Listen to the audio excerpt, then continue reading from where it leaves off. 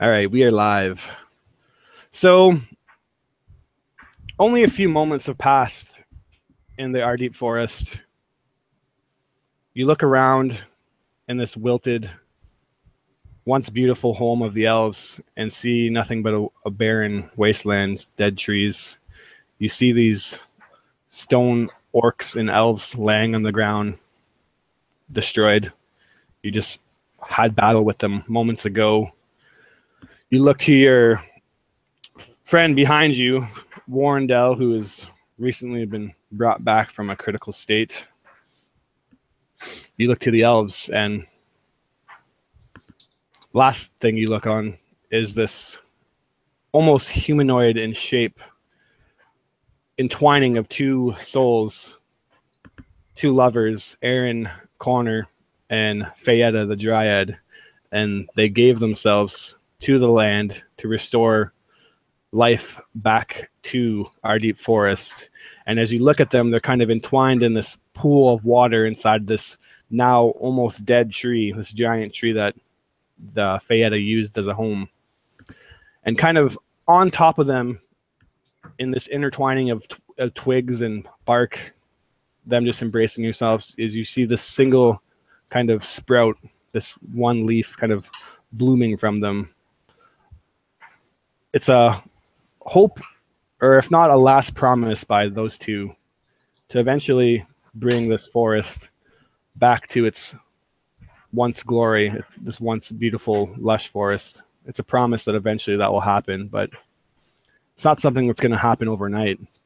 And as you guys look around, you see it on the elves' face.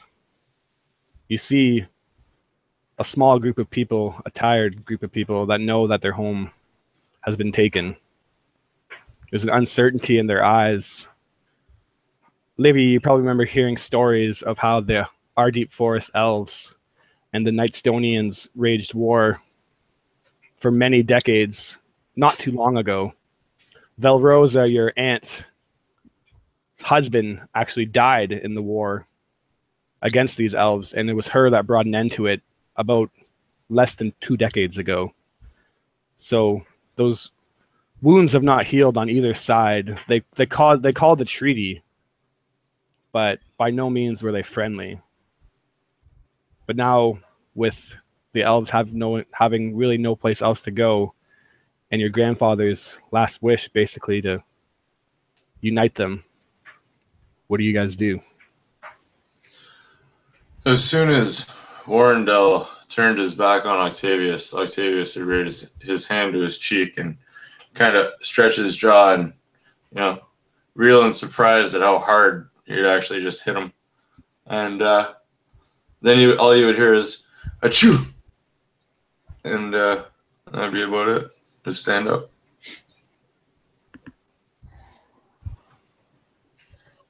It's Livy turning to the elves, just going, well, we have a bit of a task ahead of us. Those of you all are trying to mingle with the Nightstone people. We can easily persuade them. Just make sure your white flags are held high. In case, any old resentments. One of the elves steps up and says, "We will walk in with no flags. We are a proud race. We have held these forests longer than the Nightstonians. This is our land that they tried to take from us." Yes, I agree. That's it's a matter of survival, is all I can say.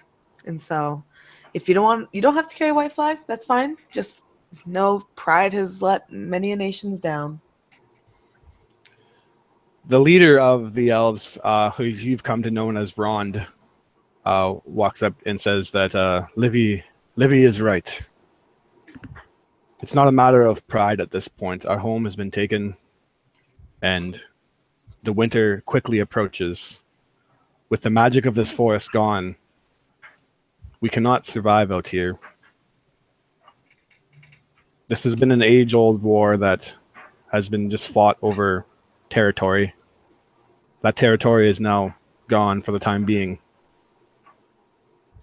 We need to swallow our pride and go with these people. And then with that, unless anybody else has anything else to do, you will begin the trek back to Nightstone, which is only about a couple hours. I think Can we move with better pace this time? Is it possible? well, as you look around, you'd actually notice that the rain has basically slowed down to a drizzle, and you no longer have to carry Warrendale. So we got that going for us. Yeah, Warrendale. He's so pleasant.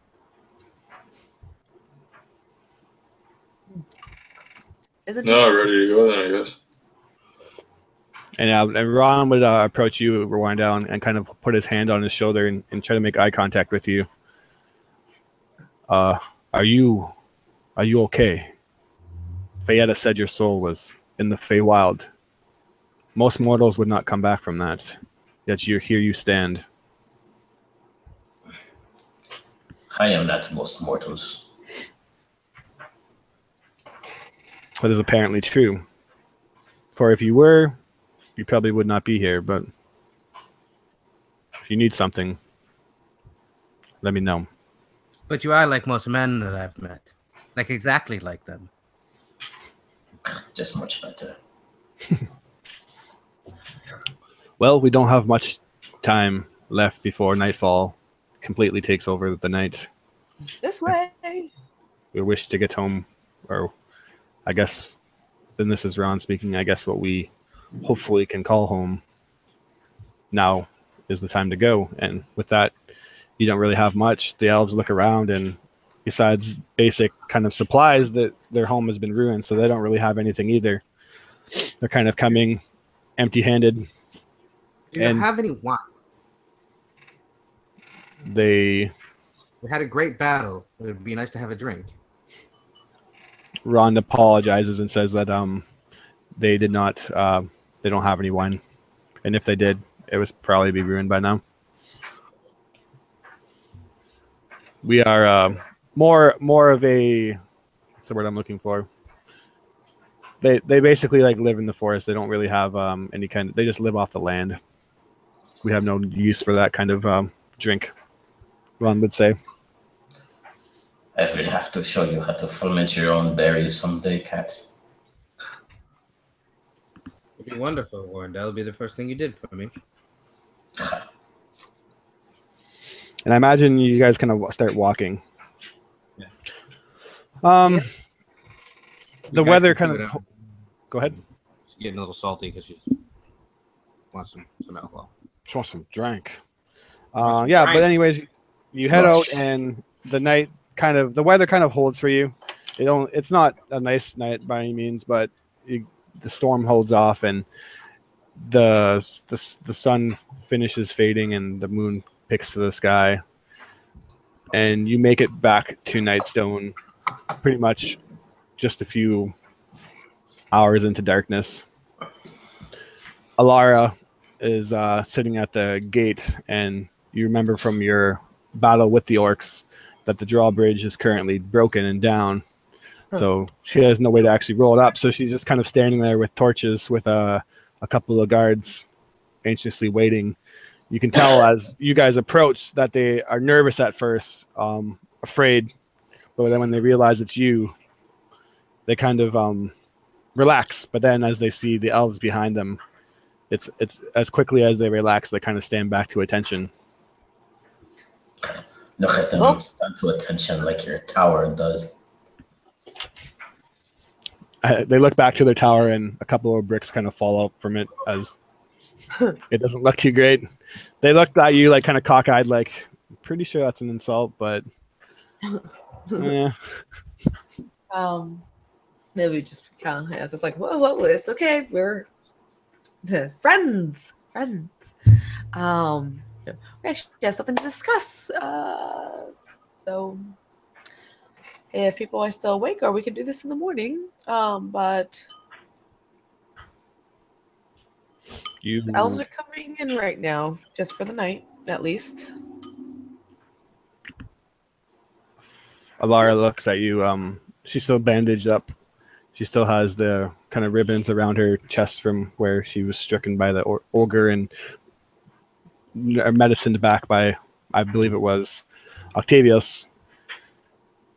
She doesn't look trusting, but she looks at you guys who she has fought with and has at least have some resemblance of trust, and she nods her head. Very well. If the elves are coming in peace, then apparently we owe them anyways. Good. They show you in. As you kind of walk in, you see a couple of the adults, the women and men, basically going around and trying to find what buildings are habitable and what are basically destroyed. For the most part, there's a lot of, I wouldn't say a lot, but there is rooms in the inn, and Morok and Winston would kind of be going around and taking the leadership role for right now as their high steward of Nightstone. Bella Rosa was unfortunately slain in the giant attack. So as they're going around and telling who's sleeping where and get over there, and the church is relevantly not damaged, so we can get a good amount of people in there, and then they look back to you and see that you've come with what is it, 4 of you and like 13 more elves, I believe. Sure. And then they just kind of like, oh, you brought more people with you. Good. It's going to be a tight sleep tonight, but at least we have more help. I suppose the closer we are, the warmer we'll be. For now, before we have time to talk about this with the rest of the town, I think the elves and yous should maybe sleep in an independent area. We don't want any of the villagers getting more scared than they already are. I was thinking the same thing. All right, so let me pull up the map of the old Nightstone, and we'll go from there. I don't even have it in front of me, of course. But as Nightstone, all right. So, looking at it, the keep is pretty destroyed, and the bridge is not looking too good. The windmill was burnt down, defending it by a certain sorcerer caster. It's not completely burnt, but it doesn't really have any roof anymore. The inn would be mostly filled with the villagers, and same with the church. So you guys have the 2 different trading posts that you can basically probably sleep in for the night. So I'll just circle them if I can remember how to do that. That's a cone. So that one and this one over here. I don't know if you can see those circles, but do they show up for you actually when I draw the circles? I see one of them. Yeah. Yeah. Um, Unless, of course, you guys want to do something else for the night. But for now, you're probably pretty tired. I know Warren. I think at this point, Octavius would look to Livy and say, I don't really. Octavius would start to obviously look a little bit sick, though. I mean, he'd be sniffling a little bit more of the rain and standing out on the drawbridge when the orcs came and everything else, and the suit of armor hasn't really done well for him. But his nose would be running, and he'd look to Livy and say, I don't really understand this. The elves and the humans need each other right now. Wouldn't it be just better to introduce them and get it over with? I mean, there's strength in numbers. This is beneficial for everyone. I agree. It is late.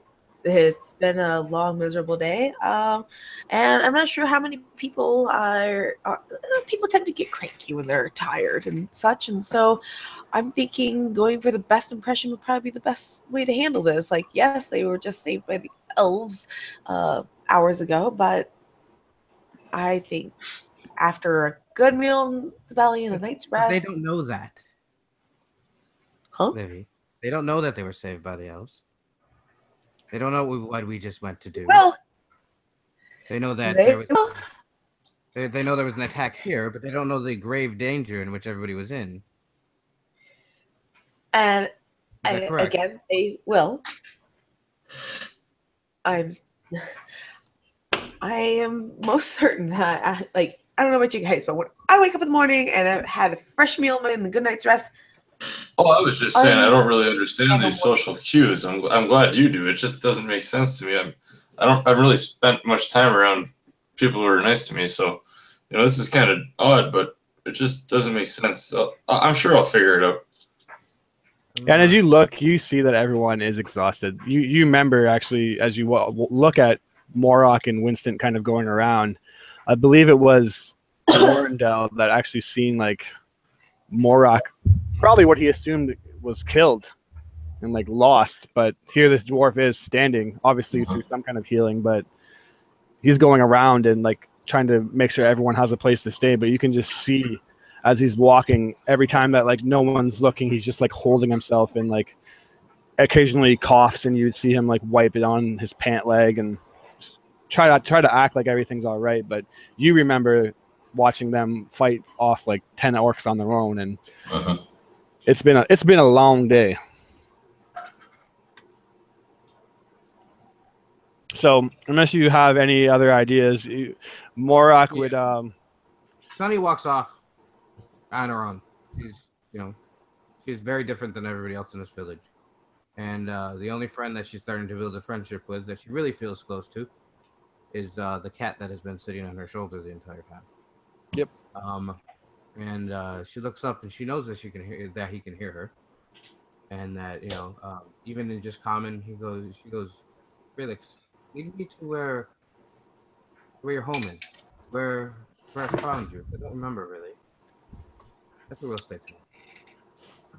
All right, and he'll take you. It's down here, right? It's down in like the southern. Yeah. So this building right here that I just circled is where he'll take you. Yeah. Unfortunately. As you guys kind of walk off, Morok and Winston would approach and just say, like, as the elves are kind of standing there uncomfortably behind you, they would say, "Don't worry, we witnessed what you did for Nightstone, and although the others may not have seen it and seen how close we came to falling, we remember, and we'll do what we can if you guys will help." And he looks to Livy, Octavius, and Warren. If you help, I'm sure we can convince them otherwise. But for now, let's just call it a night and deal with that when the sun rises. Octavius would look to both dwarves and say, "Why don't you guys rest? I'll take the watch for you if you want." And there'd be snot running down his face. They look like they want to say otherwise, but without even saying otherwise, they just defeated or just like nod, and Winston would walk up to you and grab your arm and give you kind of like the forearm shake, and I appreciate it. Only a couple hours of rest and wake us, and then it is your turn to rest because you fought just as hard, and I'm sure bringing back your friend was no easy task. So give us no more than 2 hours, and you can call the rest of the night. Octavius would diligently go out and start monitoring the grounds. All right. And what about the rest of you? So basically the options that you have is the Lion Costers trading post, which was pretty much ramshackled by the goblins. Or more to the north west is another...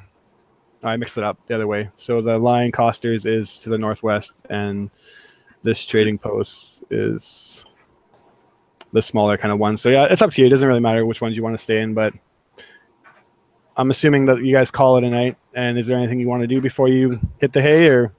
I feel like we would definitely be making sure that all the elves were resting. Once they were out, I imagine it'd be close to almost the 2-hour mark of just like trying to get everything situated. Like, here's a spot, everyone take care of it. Cool. She try and go make some kind of hot drink or something to take out to Octavius to just and she would try and even relieve him, just and all right, I'll take the next watch and I'll let those other two sleep a little longer, then I'll go get them. Absolutely. You probably don't know where Sunlit went. Yeah, no Just one wondering. probably would have heard it. Yeah. I mean, she's very stealthy, and she just would have, while you guys were talking, would have just kind of ducked out. So what is she doing as she walks into this? What you see as you approach the house is this broken down kind of sign. A rock hit it, but as you look on the ground where the signpost would have been, you see a sliver of a piece of wood that has what you can make out as, if you put the two pieces together, is Zelbrin residence. Zelvin. Okay. I'll spell that in the chat.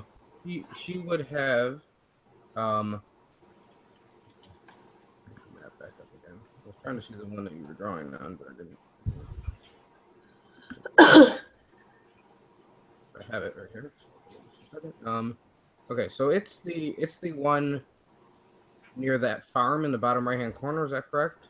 Yeah, I wish there was a way to ping, but basically the small building with the two rocks between it, right beside the broken down bridge.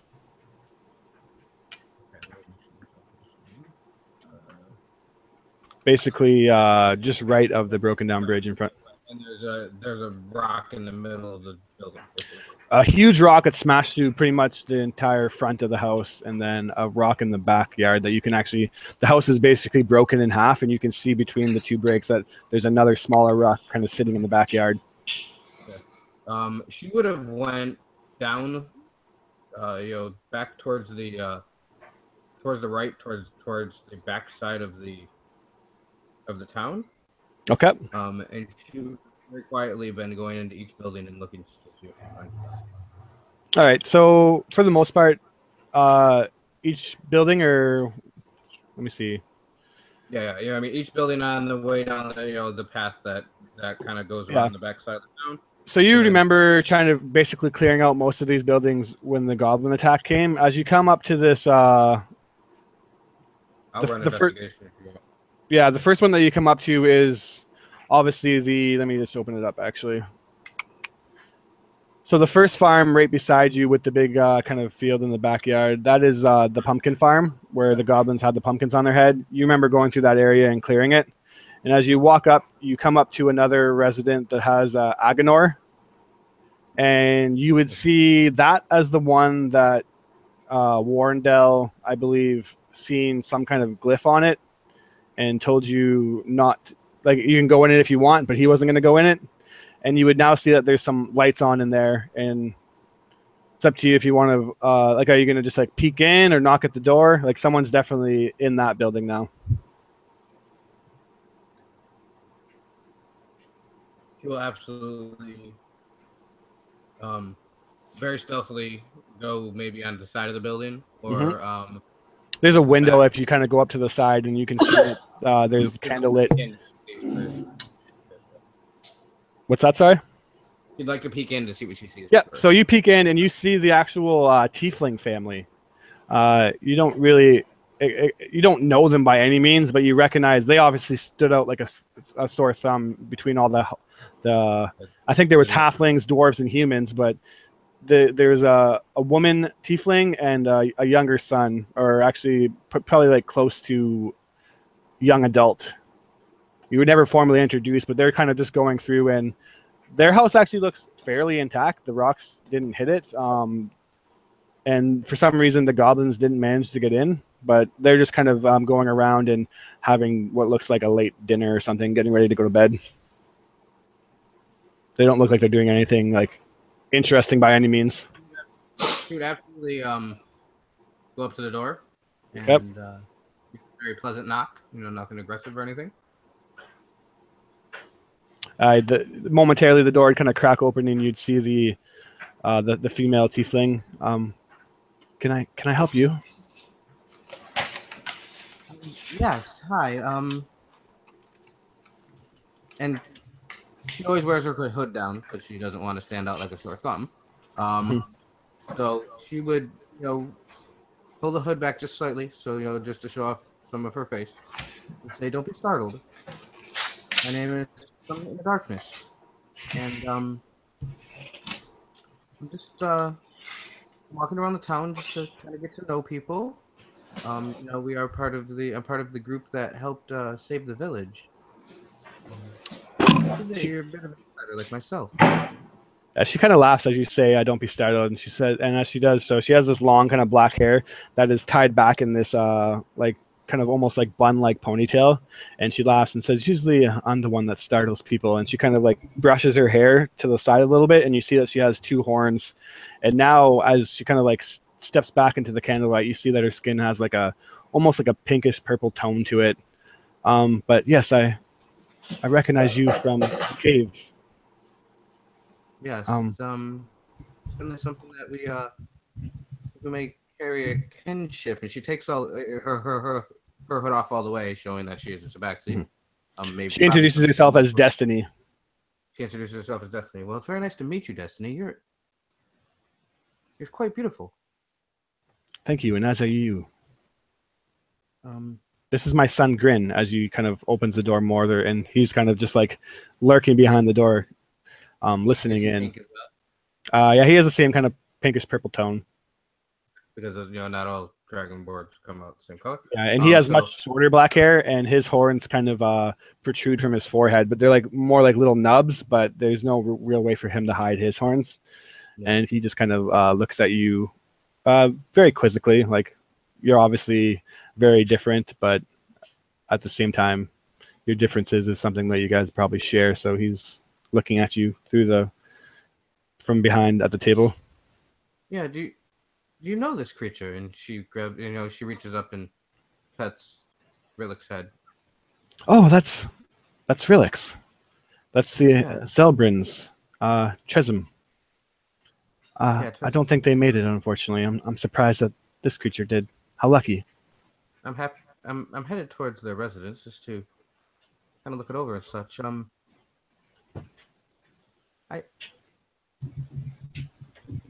was wondering if there may be a cache of drink around this town. Who doesn't like to have a? We had a pretty strong battle again today. We fought something that was very undescribable, actually. When I would like to finish my evening with a drink. Do you know where I might be able to find something like that? Well, and she's kind of looking, and then her son speaks up, Grin, and says, "Mom, don't we have some wine in the cupboard?" And oh yes, that's right. Come in. We'll have a drink before the night ends.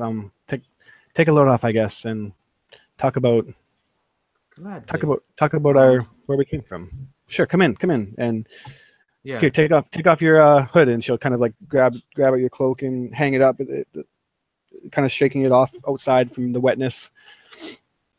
Yeah, and she's I mean, my girl is 3. She's big. Mm-hmm. So she she kind of gives Rilix a little bit of another pet, and just between maybe the feline companionship, kinship that they have, it almost seems as if they communicate to each other, but it's just more of just a gesture like animals do. Yeah. And Krillix, sorry, my brother had a character named Krillix, so I say that all the time in my head. Rilix kind of, I'm assuming there's a fire, right? Yep. Inside. Yeah. Yep. Just kind of goes over and nuzzles up next to the fire, and you can see it's doing like the animal thing of trying to dry off. And she would certainly sit down, share stories, talk with Destiny.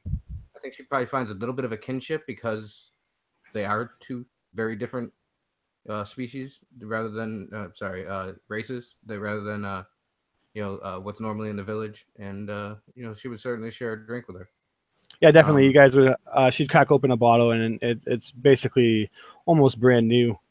And you guys definitely share stories. And basically, you not being from this side of the continent, you probably like this. This is basically your first brush in, besides your short time in Waterdeep, in an actual like settlement. And she would tell you stories of how she is what's called a tiefling. She wouldn't know if you heard of it or not, and say that usually tieflings in this kind of territory are a bit of outcast a lot of times, because it is said that their ancestry has been touched with demon, basically some kind of demon blood or something like that, which gives them the horns, and therefore a lot of times people insinuate that with them just being an insidious kind of race of people, mischievous and demonic. And she would tell you that that's by far not the case. They just are looking to live like a peaceful life, and she just wants to raise their son. And they came to Nightstone, and Belrosa was very giving. And then obviously she would be very interested in the stories of you, where you come from, Mezteca. Yeah, from Mezteca. And for the most part, you know, the night would go on for a while, and you definitely, she would drink the whole bottle with you. Yeah, she feels as if she would be very forthcoming, with another outsider, because she feels she says you think that you have very little kin here. I may be the only tabaxi here on the continent. Possible. I've never known anybody to come here. But I was drawn by and then she talked to the whole thing of what happened, and that how she met the group and all the adventures that they've been on so far, and she would be trying to make a friend per se. And she would feel better because she's she's starting to build a little bit of a dependency to alcohol. And after some good conversations, so on and so forth, she would excuse herself, have Relix go with her, and she would go, and that the home, is it completely destroyed? Is one side to have an active room that they could stay in? It's basically wide open, but as long as you're okay with the wind, you can definitely get to like a part of the building where no rain would get at you, and basically call itself. Or anything like that, anything like that inside the home that you can make a makeshift wall with. Yeah, you could probably there's like a lot of papers and stuff. I'm sure you could find like maybe like a couch or something that's survived, and you can definitely sleep there for the night if you want. Okay. Yeah, she wants to go back there and stay where Relix is comfortable. All right, and how is Warren taking the rest of his night as you kind of come into this trading post? The shelves have all been cleared and smashed by the goblins, but as you go into the back, you would see that there is I think we'll say 2 bunk beds, so enough to sleep you all. And then basically, if you were to go, actually, we're going to say you went to the bigger one, so that there's stables and a couple of floors, and right down the center of the building, the rock fell, but for the most part, there's enough room. Maybe not everyone's going to get a bed, but what is Warren doing as you walk into the trading post and all that? So for most of the day, you guys would have noticed Warren probably staying further back in your group, on your way to Nightstone. Here in Nightstone, he doesn't really say much when Octavius offers to take the watch. He gives you a bit of a curious bit of a glance, Octavius. A little bit of a smirk on the side of his face, but he doesn't argue with that either. Once the doors show him a place he can rest down and get some sleep, he's most certainly, he's feeling like total shit at the moment. So yeah, he's just going to crash. But depending on if it's maybe Livy or Octavius, whoever it might be about later on in the evening, would notice he's kind of sits out front of, what was it, like a tavern or stable type place at one time? Yeah, it was basically like a stable / trading post kind of house also. Okay. Yeah, you see him sitting out front on one of these large rocks that might have come down or whatever. And he looks like he's just kind of fidgeting with something in his hand, and he rolls it across the ground and will pick it up and play around with it and roll it across the ground. Always kind of just staring off into the distance, not really saying anything to anybody. He'll nod a hello, I suppose, but that's about it. And I imagine Livy sees him actually as she's about to like leave. I was actually thinking that's like maybe she was starting to walk out with a hot drink for Octavius and just kind of sees him like, would you like one? And just kind of offer to make him a drink or something, knowing that it's like, you had a rough day too.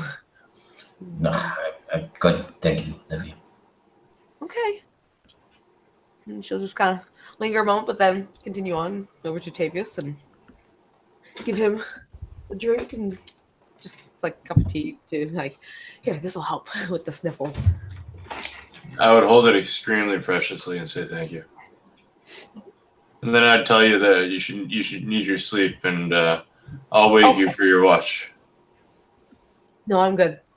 You finish up your last few minutes, and then you go get some rest, and I'll take over, and then I'll go wake up those other two that you so kindly took the first watch for. I'm spry. I hardly got hit. I got maybe a scratch across my cheek. So Yeah, she's still pretty much awake. and the rain is basically stopped now. It's still wet and muddy.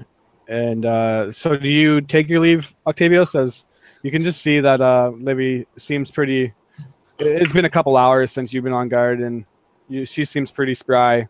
Whereas I think I will. I'd probably try to hesitate and talk her out of it, but then once I realized how anxious she was to take the watch, I'd definitely let her, and I'd go and crawl up into a small ball somewhere and get a blanket.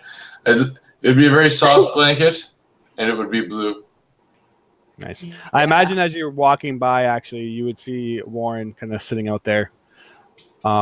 He's basically at the door, and you guys would definitely have to walk past. Do you say anything to him as you're walking past him? I'd do the old dude nod. Like, hey, what's up? Old dude nod. Love it. Warren will stare at you for a moment. Doesn't really nod back, but you see he kind of points over to a rock that's beside him. Would you have a seat, Octavius? Perhaps we can share a few words. Octavius would wrap his blanket around his shoulders, and he would definitely sit beside Warren and look up and say, everything okay? Says, that's a nice blanket you got, but besides the point. Says, a man is only as good as the deeds he's done. Am I right? Octavius would say there are many different measures to a man. And what of a man who owes nobody nothing? And that is a man who is fended for himself. Well, I was a man like that once. Says, but another fellow came along, and it seems I owe somebody a bit of something. And he just kind of stares directly at you.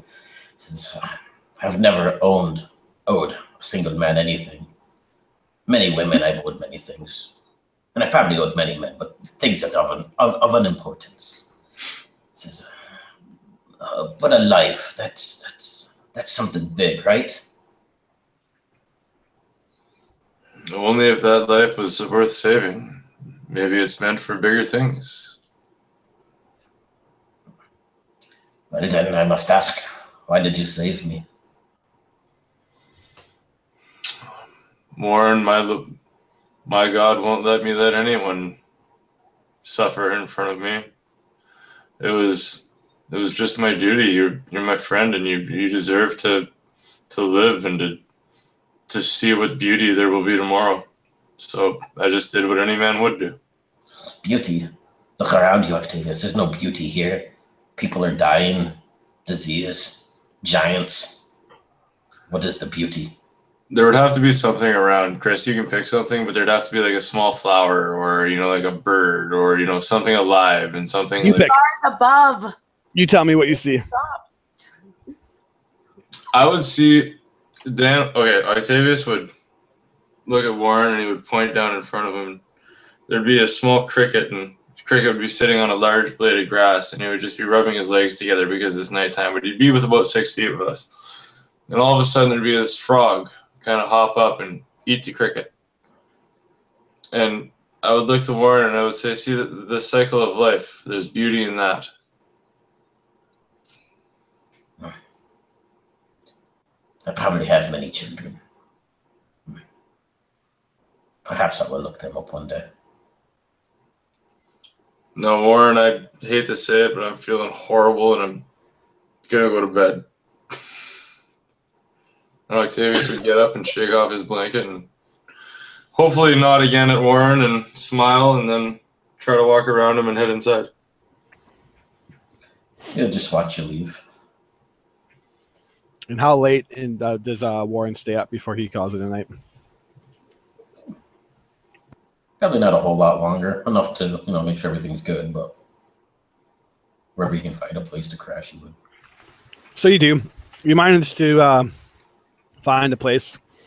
I imagine you kind of think heavily upon what Octavius just said. That he basically just saved you because, well, that's what he had to do. And you think about this. You think about owing people. You went from being able to swindle and kind of get by your life for a very long time, and for the most part, besides a couple of butt whoopings, it never really caught up to you. But it seems like everything's all kind of catching up to you all at once, as you owe a man your life now. You owe an entity who knows how much, who knows what that's going to turn into. You're owing this and you're owing that, and people are calling you their friends and saving your life. And you're thinking of this throughout the night, and you think of your time in the Feywild, and for some reason, as you're thinking of all this debt, you start to get these images of the gambler, that entity, this giant hooded figure with like flowing capes that kind of basically like seemed to meld with his body. Where the capes ended and his body started, it was hard to tell. And that game of dice that you cheated him on, and you remember him saying that just because you're dead doesn't mean you escape your debts. And you try to fall asleep through the night and toss and turn, and then there's one point where you think you fell asleep and you wake up and the room itself seems to be upside down. You're on the ceiling now, laying in this bed, and as you look down, the floor is what the ceiling would be, and it kind of breaks away into the night sky. The ceiling literally rips off and the shingles start flying into space, and as you look down, the stars, the night sky, just this abyss you start to fall into, and you hear the gambler's voice say that a man can never outrun his debts.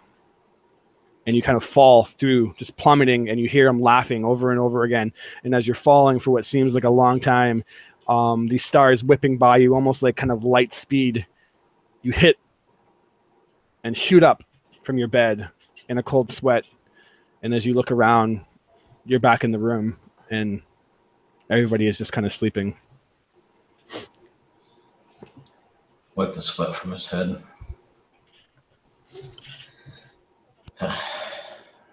Well, that was pleasant.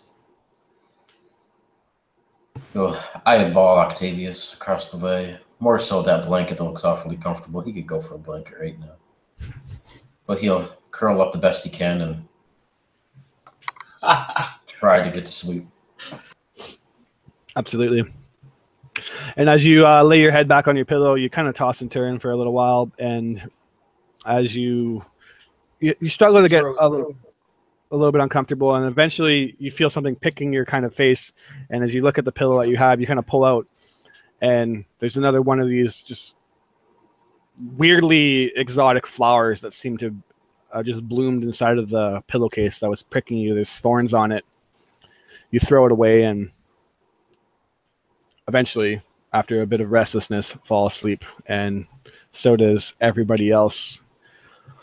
The sun kind of creeps in a bit earlier than you wanted it to, with the breaks in the ceilings and whatnot from the stones.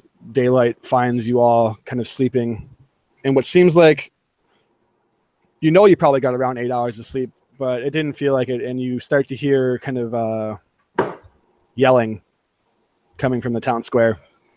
No! What do y'all do?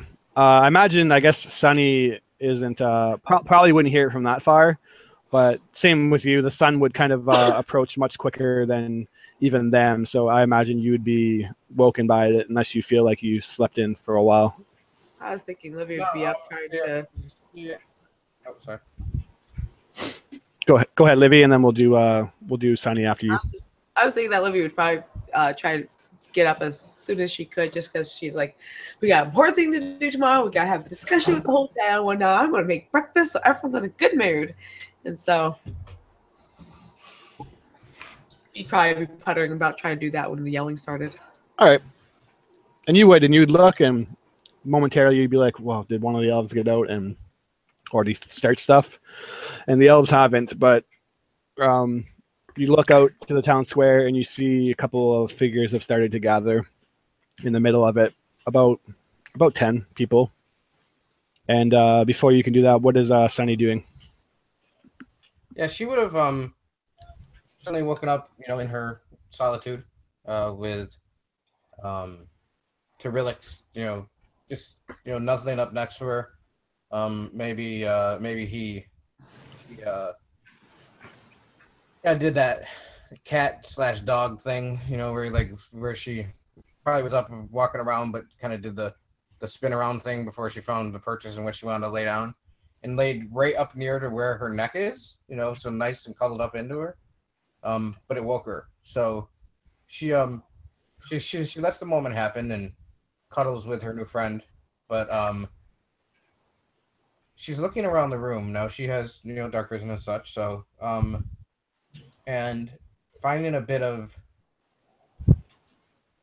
hominess comes from and in the morning, she didn't take any damage last time, so the only thing she needs to do is replenish her ki, so technically so she would be formulating and looking around the building of she's helped build things in back in Azteca before, and looking how she would rebuild this this home. Well, the first thing that becomes very apparent before even like doing any kind of checks is there is this absolutely giant rock that has basically smashed in a third of it. And this rock is probably like something stupid, like almost 8 feet in diameter. So easily like a ton, if not more. And it's just sitting there and like absolutely demolished the house. So obviously, being a tabaxi and being exotic, you guys build houses much different than these people do, I imagine. These are like wood and stone and kind of mortar and all that with straw roofs. They're pretty like pretty advanced. Yeah, everything's a lot of wood where she's from, and I kind of feel like they'd be on stilts almost. You know what I mean? So they wouldn't be directly on the ground. And maybe even like tree houses. So some even higher up into the trees.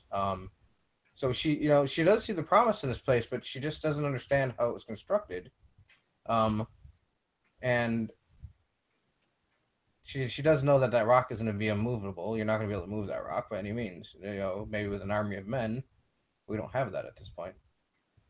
So she would get up and she'd make her way back towards where the center of town was, and probably run into Livy and just talk to her about the fact of what are we going to do this morning, so on and so forth, and how can she help. Yeah, so as you start to walk to the center of town, you see a bunch of people start to gather. Go ahead. And she seems much more pleasant this morning than she was last night. Absolutely. But that probably won't last long. And I'll give everybody else a chance to do what they want to do. So, Livy, are you heading out towards whatever the commotion is? Yeah, I'd see her. Just let's go definitely make sure it's not an elf or whatnot.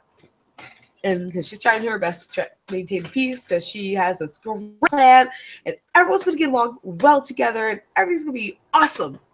And so, absolutely, that's totally what's going to happen. Right beside you, Livy. See Warren. Look at you. You're too spirited, girl. What?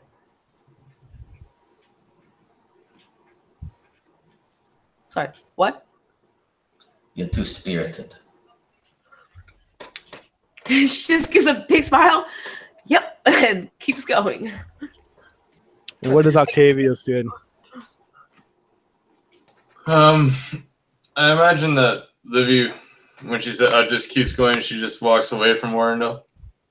So basically, Octavius will, with this blue fuzzy blanket that he found the night before, he'll walk out of the cabin with his still wrapped around his shoulders, and most of it will just be covered in these wet spots that only one would be able to presume would be snot. And he's been using this blanket as like a snot catcher the whole time.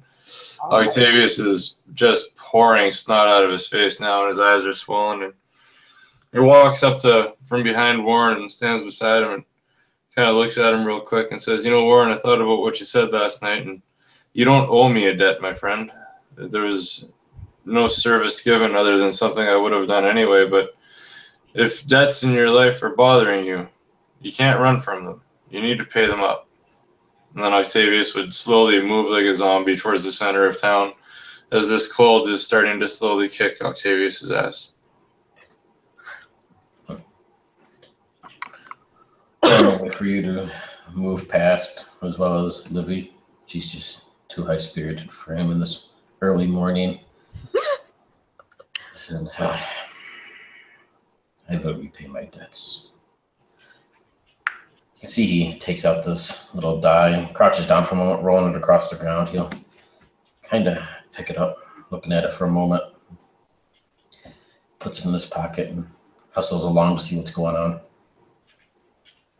All right, so as everyone kind of heads out, I imagine that it just so happens that everyone's kind of like walking to the town square at the same time, I'll say, just to keep it easy. And you see a plethora of people gathered, halflings, humans. You see the Dwarven brothers, Morak and Winston.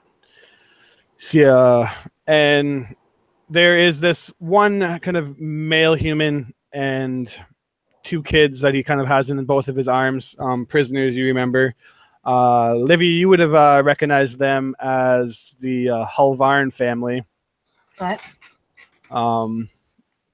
Godric is the one that's speaking, the husband to Prentice. Not that it matters, but and he is basically, he seems a little angry, and as you get closer, you would quickly you already suspect it, but it's kind of just like a sigh or whatnot that you hear them talking about, like the elves.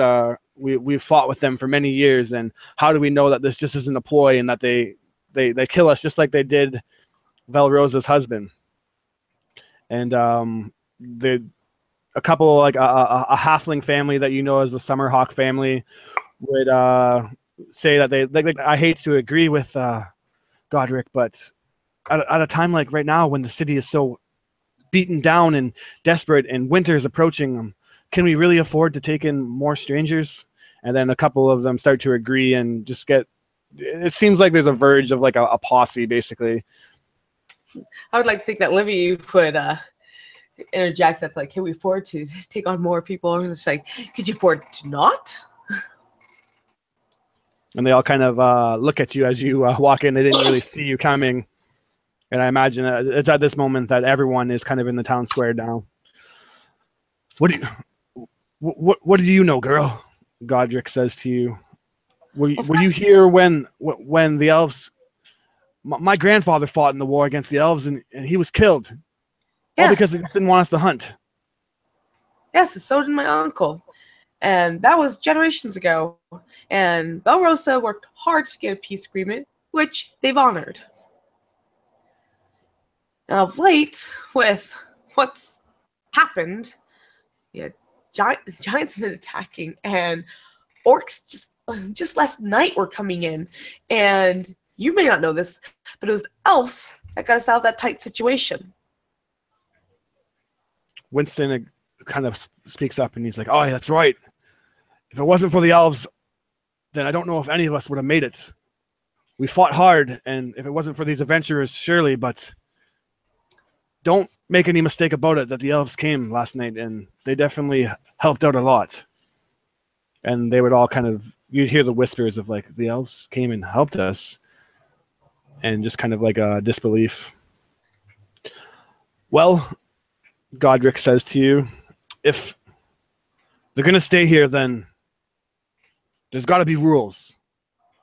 This is our town first. Why do they even need to stay here? Can't they just go live back in their forest? Unfortunately, the forest is no longer.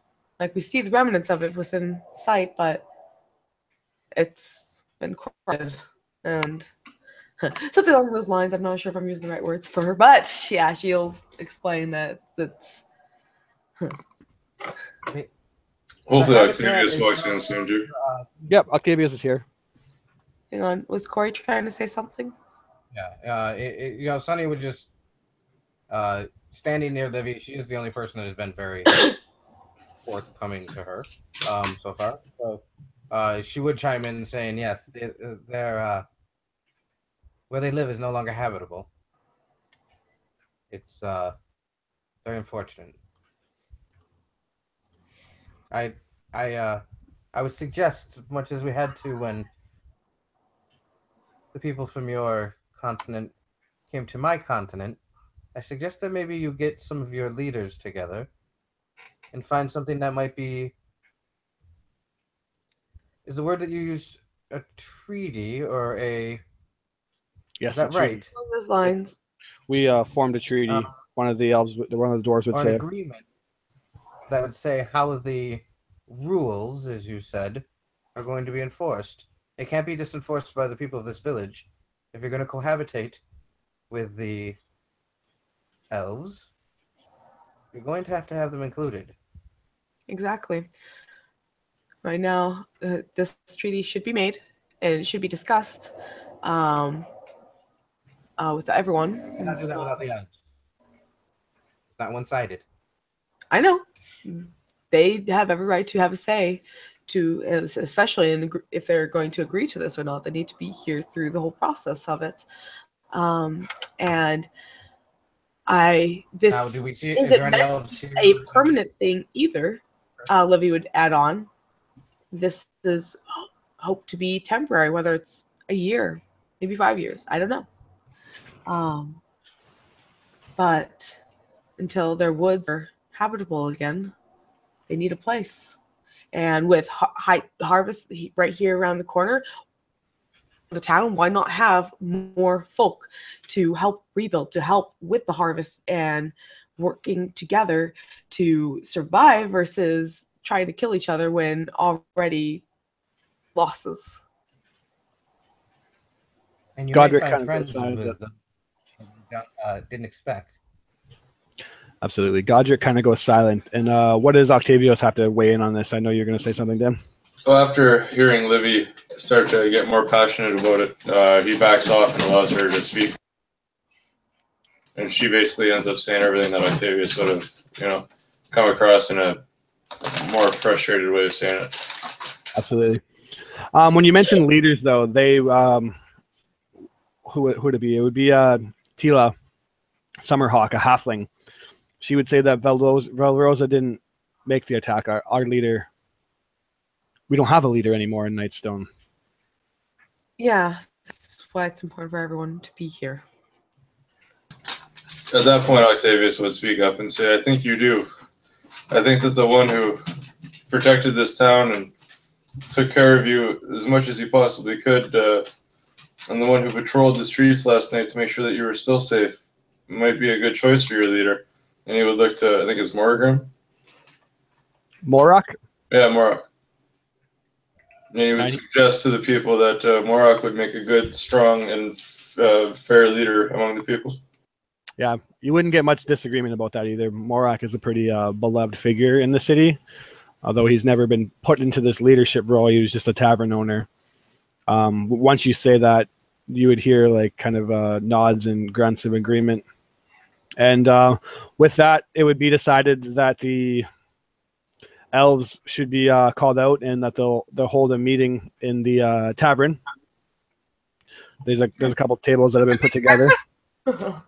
Livy's making breakfast. Does anyone else want to make any preparations?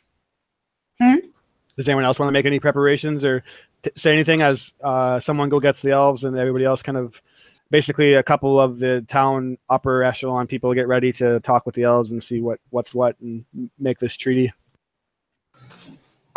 Octavius will feel, is Livy going to seriously make breakfast? Is that what's happening right now? Yeah, making pancakes. Okay, so Octavius will go into the kitchen with her, and he'll start grabbing really random ingredients. And if Livy knows much about cooking, she'll realize that this does not make sense. And he's looking for a pot, and he's trying to gather all of these really strange ingredients and put some things into this pot with some water. And I'll just kind of look at her and smile. She's like, So, what recipe are you whipping up?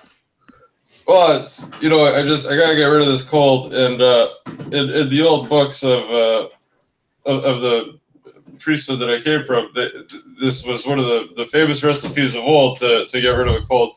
And at that point, he's putting in like Scotch bonnet peppers and like obviously things that are going to hurt him and not work out well for him. But he seems extremely confident. Right, you just kind of shrug and just continue to do. Like, there's part of her in her head is like, I think I really should sit him down and be like, here's some more of that. Some more tea for you. Drink up, it'll help. But it's like, okay, I'll let you do what you do. Just make sure you don't cough on anything. And she just keep going, like flowers everywhere. And all right, so Octavius will finish his drink, and it'll be steaming hot because he'll have cooked it over the stove, hopefully. And he'll smile at Livy, and he'll walk out, and that'll be the last Livy sees of Octavius for a few minutes. What? All right. So does Warren or Sunny want to get anything done before this treaty council is made? Warren is pretty comfortable with, more acts doing this. For a dwarf, he's a decent fellow, so he should have it under control. Or, make his way back and wait impatiently for some pancakes, because that's one of his weaknesses. Awesome. Who can resist a fresh pancake? See Sunny come through the door. See, Sunny. Alright, she's gonna get everyone in a good mood. So, My little cat friend, come have a seat. she looks Don't be shy. a bit around. Are you addressing me? Do you see any other cats in this place? Well, yeah. That's not a pun, Sunny. Yeah, there's two of us here, but that's okay. Sure, Warrendale. What? How may I help you? Help me. Do I look like a man who needs help? I just want some company for breakfast. Actually, very much you look like a man that needs help. You don't know what you're talking about. You like pancakes? Not sure what that is, but most of the food that I've tried here, besides that lemon drink that was awful, has been pleasant. Warren, can I ask you a question? No. Well, I'm gonna ask you one anyways. Jeez. Where did you go? I had to sleep last night. No. Nope. Before that. During our battle. After you expired, where did you go? I wish I knew. It was like a long nap. You have no memories. Why would I? Do dead people dream?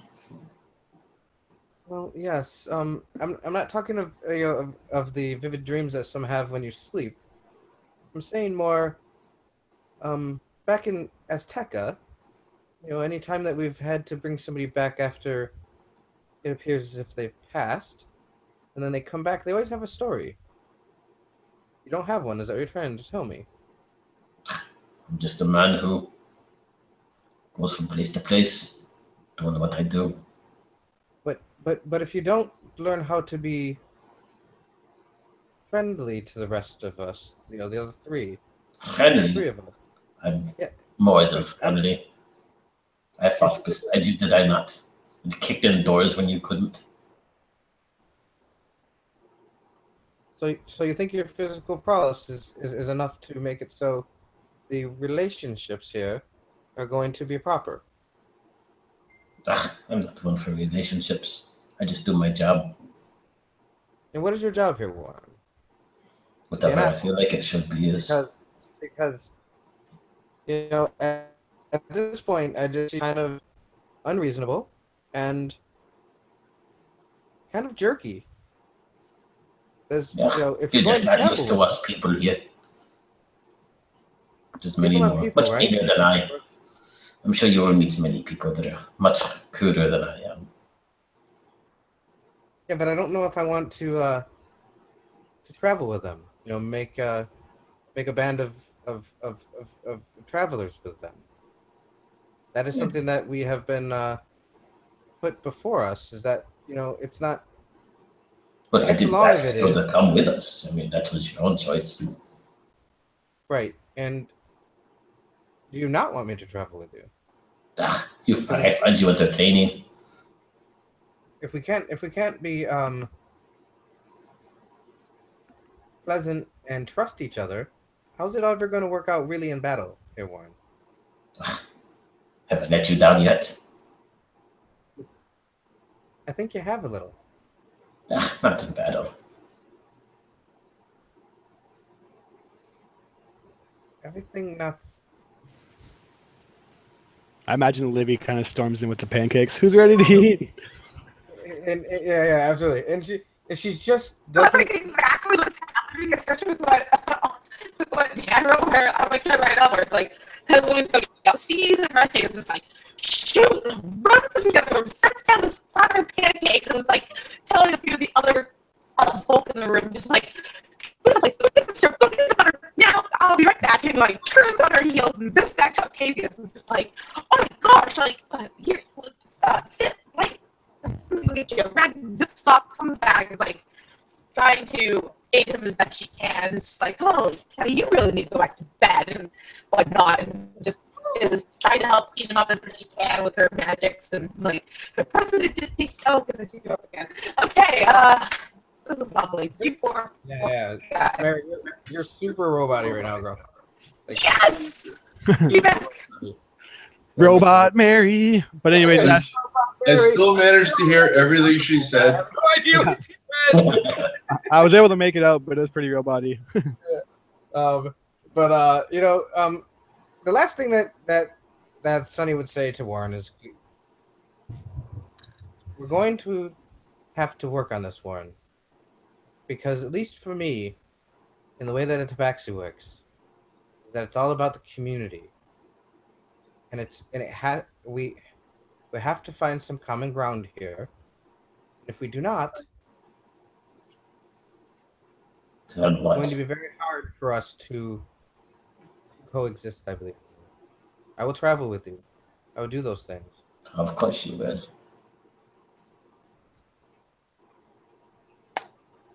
And she just looks at him when he says something so crass again.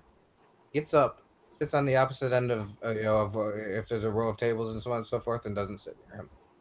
She doesn't understand Warren. She doesn't want to deal with his inability to want to build a relationship, and she goes and sits away and sits with the son around. So as the pancakes start hitting the table, it wouldn't take long before more and more villagers would start showing up. The smell kind of quickly takes to the wind and starts going throughout the town square. And before you know it, Livy, you have like 20 people that are wanting these pancakes. And Good. I imagine you're just like cooking up a storm back in the kitchen. Give me Yeah, someone else right now taking over because it's like she's trying to help make sure. Like I guess she'd probably return to the post of making more pancakes after she got like Tavios set in a corner, so she kind of sort of keep an eye on him and like, here's the bucket, here's some water, I guess. Here's a wet towel if you need to like wipe your face. I don't know. Just stay there. I don't want you dying on me. When you found Octavius outside, you would see the cup that he took from the kitchen beside him empty, and he would just be throwing up massively, just hurling like horribly, just massively throwing up. And then all of a sudden he would faint and he would fall over and he would be laying on the ground.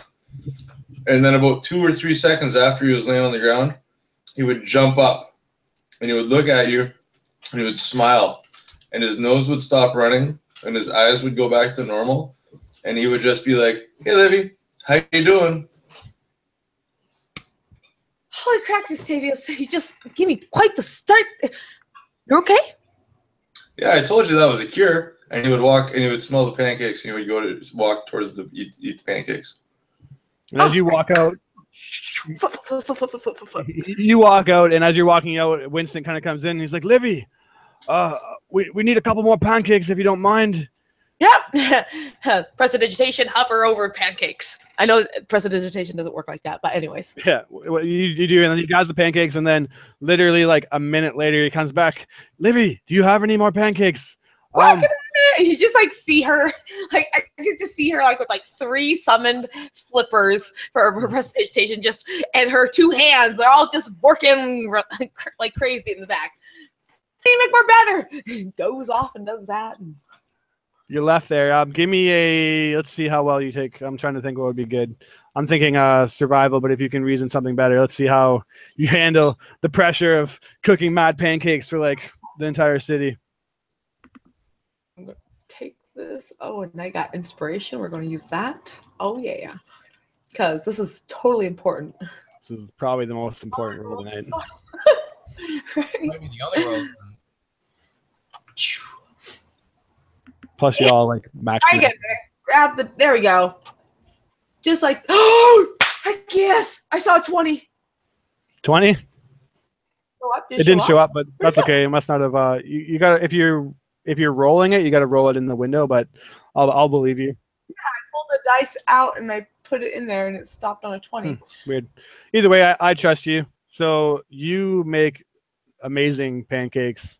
Probably the best pancakes anyone has ever had, and you make them with nothing but finesse and expertise as you and your magic whip up some mad pancakes for the entire city. And as you kind of come out with batter kind of all over you and whatnot, you look out and you see that even though the council hasn't been made yet, elves, humans, halflings are all kind of sitting around these big tables eating pancakes. And they're not arguing. They're just filling their faces with pancakes. Awesome. My job here is done. So Octavius would walk in and he would point to Warren and over to Sunlit, and he'd look to Olivia and say, "Hey, look, they're even getting along." And speaking of Sunny, you don't know what the hell these pancake things are that these people are calling, but these borderline might be better than alcohol itself. They taste so good. Oh, yeah, and you know, she's had a couple, and when Octavius says, you know, look like everybody's getting along, and I go, yeah, I wish it was everybody. Don't be such a sourpuss. I'm not talking to you, Warren. I was talking to Octavius. You're talking to me now. Hey, pancakes! And Octavius would start eating pancakes. And she takes the last pancake and she walks out of the room, and you don't see her. You'd think I'd say something, you know. I don't understand these guts. I think Octavius would grab his plate of pancakes and he would chase after Sunlit. I imagine you catch up to her pretty quick if you want to say anything. Yeah, I'd just be like, "Hey, Sunlit, how's everything going? I noticed you were a little bit quick up back there." I don't know how to deal with him, Warren. Warren Delda. I don't know how to deal with him. He's the most unreasonable person I've ever met in my life. Even more unreasonable than when the elves and the halflings and some humans came to Azteca and thought they were going to take over our area. At least those people listened. Much like I believe will happen in this village today. Some people He's just the like most unreasonable person I've ever met. Well, you know, Sunlit, sometimes people have a hard time wanting to listen. And I've noticed with Warren that it might take a little bit longer than either one of us expect, but I'm definitely seeing small changes already. I think if you have a little bit of patience, you might be able to see them too. But I'm not sure if I want to any longer. Well, hopefully if we spend some more time together, you wouldn't mind building a relationship with me so that we'll hang out and he'll just be around. And then maybe that'll give you the time you need to see the good in Warren. I very much would love to do that. Would you like to see where I stayed last night? And I'd be shoving pancakes in my mouth, and I'm like, "Sure, let's go." You know, and I take him, and we have a wonderful conversation about things and stuff. You know, I show him to where, you know, Felix was from, you know, the home. I don't believe we'll be able to save this. Do you? once we get there. No, I think that's fine. You know, You look and like the house is divided in half. There's like a big chunk of like rafter falls down where Sunny just made her home last night. yeah, I think it's like I think you know it's open concept. Yeah, it'd be a big fixer-upper, I believe. I believe that actually they may be able to use this for material. Don't know how Relix is going to handle that. You know, maybe there's something in the house that you can take for Relix so that he can smell or remember the scents or remember the sight of it, so that at least you're bringing a part of his home with him. Very wise decision. And she looks up at Relix, gives him gives him another pet, and again, it can't communicate with me, but it does understand common. So, I do say to it, is there a thing that you have in this residence that you'd like to bring with us? Because we're going to be leaving here quite soon, and I really don't want to stay in this house again. And just very lovingly, so on and so forth. Followed around the home to see if maybe it does have a keepsake-ish thing. Give me a perception. And then we're gonna bounce over to this Elven Treaty. There we go. Let's just get here. It'll be called the Pancake Treaty from this day forward. That it will.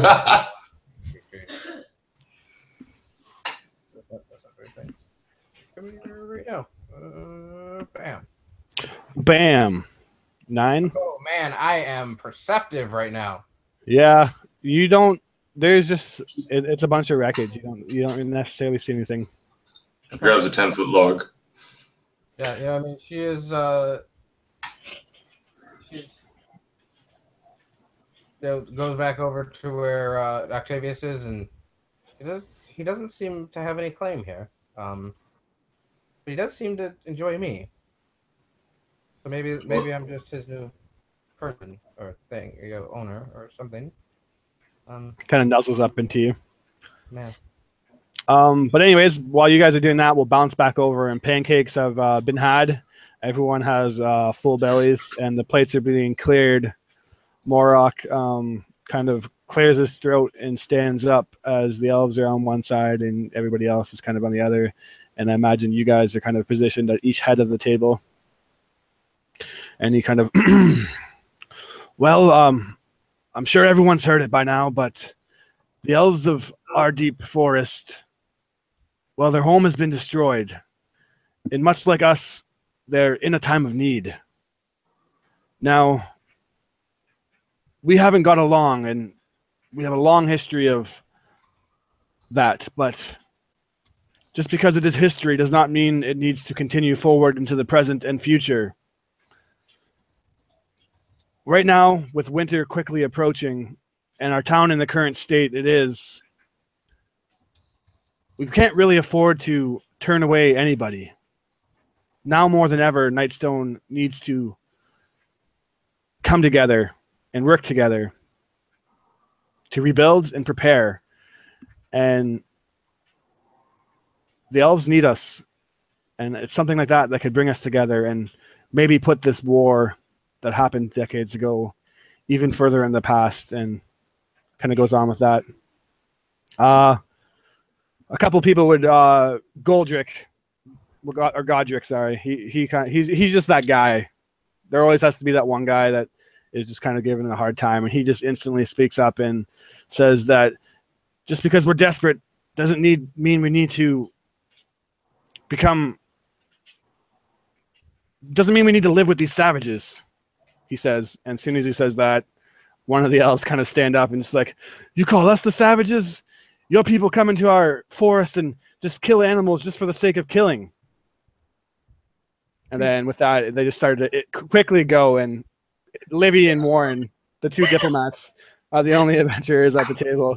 I just see Livy like just drop the just get a nice hard slam the tray down just to kind of make a nice big rattling sound. Go, hey! I did not make pancakes for you all to start bickering with each other, and just like wait for them to like quiet down. Warren just puts his hands up and backs away.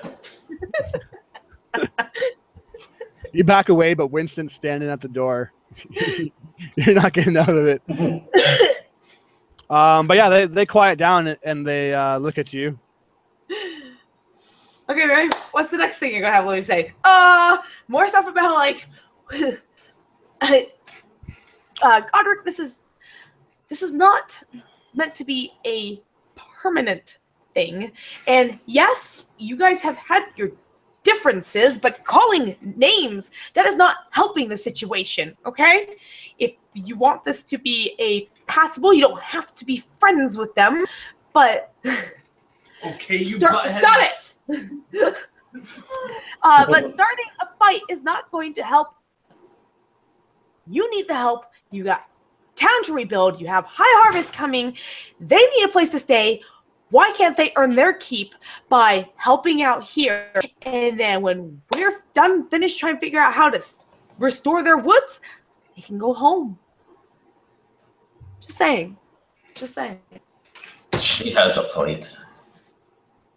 I mean, you've already been destroyed once. You could use all the help you could get. And my friends and I aren't sticking around forever. When Livy hears Warrendale say that, she just kind of like, thank you. Just like, oh, really? You're going to help out with this. A couple of villagers have some Warrendale helping out flashbacks, which is just him like sitting down, screaming at them to stop being idiots and get it going. And you see a couple of them like wipe their brow, like, oh, thank God he's not staying here forever. But Winston would pipe up and he would be like, the outsiders are right. The city is in shambles right now, and you've seen how easily the orcs were able to attack. If we don't rebuild quick, then not only is that we're going to have to worry about goblins and orcs and who knows what else, but the winter will quickly take this town and we'll all be doomed whether we are friends or not. So it doesn't really matter at this point whether you like each other. We all have the same purpose in common, the need to survive right now. And that's only 11 days away before High Harvest Tide, and we all know how quickly winter comes. So, Godric, stop being a jackass. Swallow your pride. And let's come to the agreement here. Warren will stare directly at Godric. He stares you back. You got something to say? No. He kind of like tough guy is like, yeah, that's right. You don't have nothing to say. He doesn't say that, but he kind of like sits back in his seat, like he's not afraid of you. I think that's when two of us would show up. What do you think? Yeah, that's fine by me. You walk in. Octavius would automatically, no matter what the situation is, he would walk in and he would look at Buddy back off in the chair, just probably looking at Warrendale, and Octavius, it would click in Octavius's mind, and he'd smirk and be like, "You fucking should be afraid of him." I wouldn't say it out loud, but I definitely smirk and kind of like laugh to myself a little bit, like, "Yeah, play a tough guy." Yeah. And then the elves would Rond, or actually, I'll say that it's Enoch that will speak up. The young elven girl that you guys ran into at the very beginning of this game. And she'd kind of like pipe up and with a quietness to her voice, she would say, "My dad, Rond here, he's the leader of our people, the Arrowhome elves. And well, ever since I was growing up, he always told me to watch out for these Nightstone people and how they would come to our forests and they would just kill animals and hunt and just show no regard for the forest. And that, like that fellow over there said, that they were basically just savages living in homes. And people start to like stir up, like this young elf is calling us savages. But then as she goes on, but all I see is just another person like me. We might be from different areas. She would look to Sunny. We might look different, but at the same time, we're very much the same. And both of our homes have been destroyed. We've all lost very important people to us.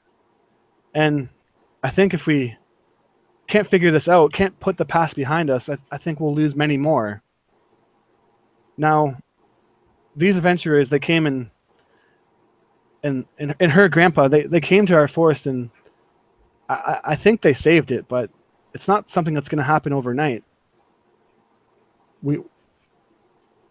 So I don't really think we have anywhere else to go. So basically what I'm asking is, can we stay with you? We'll help. We're good at building. We're very used to the forest. I'm sure there's some of it left, and with our magic, we can help you rebuild. And then from there, when it's time, when winter falls and the forest grows again, we'll be gone. But can we not just suck it up? This seems ridiculous. And with that, everyone would kind of go quiet. And then Morok would speak up and say, well, I've been elected to, I guess, kind of be the temporary leader of this place. But I'll be honest with you all, I don't really know much about treaties and whatnot. I don't really have any kind of expertise in this. The only thing I've ever done is sold ale and run a tavern. And I'm sure that's quite different. So if anybody has any idea of how to do this, do I get a piece of paper? Do I write like rule 1? Like, what do we establish here? You tell them what to do, and they do it. It's always worked for me. He's kind of like, I can write up a contract. all right. Oh, she can write the contract.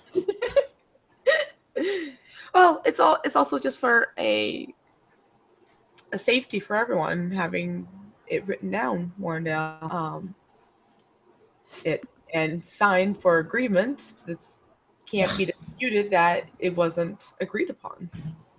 Contracts are meant to be broken. But anyway. Indeed, and then there's consequences because of that. Huh. He'll just kind of stare off.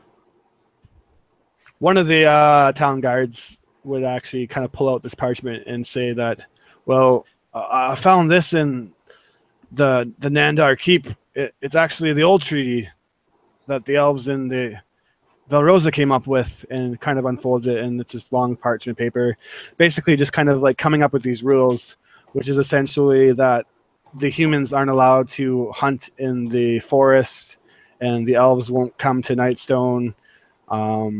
And basically just like a couple of rules, but there's a lot of like blank paper to write. And then he would look to we're gonna say Octavius. Well, Octavius, what do you think? What else should we put in this? I think as long as you agree to respect each other and treat each other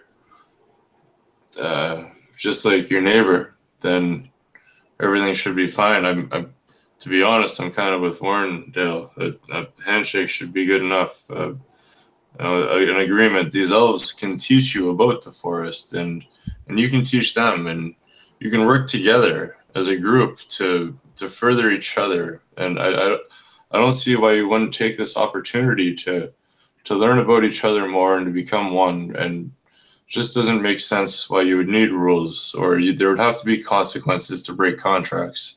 You should both be better than this. You should see this as an opportunity and not as a hassle. It strikes me as odd that any of you are even hesitating. Nice. You know what? Give me a persuasion at advantage.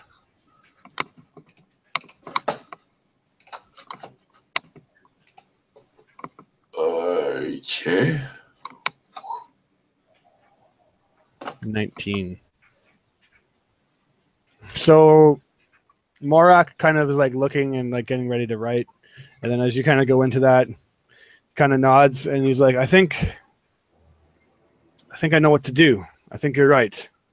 And he would stand up and he would rip the treaty right in half. And he would say, we don't need rules. We're all living creatures just the same, and we all have the same purpose. I think we just live together and we help each other, and we'll get through this. We don't need to make no list of rules. We don't need to establish grounds. We're all in this together, and if you guys are looking at me to be the leader, then I accept these elves, and they have a place to stay with me, and I have no problem working with these elves. And if you want me to lead you, then I expect you all to do the same. And with that, they would all kind of nod. And unless anybody else has anything to add, I think that's good enough for them to go with it. So with that said, I'm going to imagine that this kind of all went on for a couple hours now, and we're kind of hitting the midday point of this day. The weather has kind of got a bit nicer, and you're getting one of these nice kind of last summer days. And as the elves and the Nightstonians start to mingle and talk about stories and talk about how they actually came and saved or like helped fight off the orcs and blah, blah, blah, it does seem like for the most part they're getting along. And as you walk outside, Morok says, all right, everyone listen up. We have exactly, and he starts counting on his finger, 1, 2, 3, 4, 5, 6, 7, 8, 9, 10. And then he runs out of fingers, looks down at his toes. 11, 12, 13 days until high harvest tide. Now, the goblins and the giants, they wrecked most of our supplies and everything that we had ready for the winter. So this is going to be one of the hardest harvests we've had. We have 12 days to get everything in order and get ready for the winter.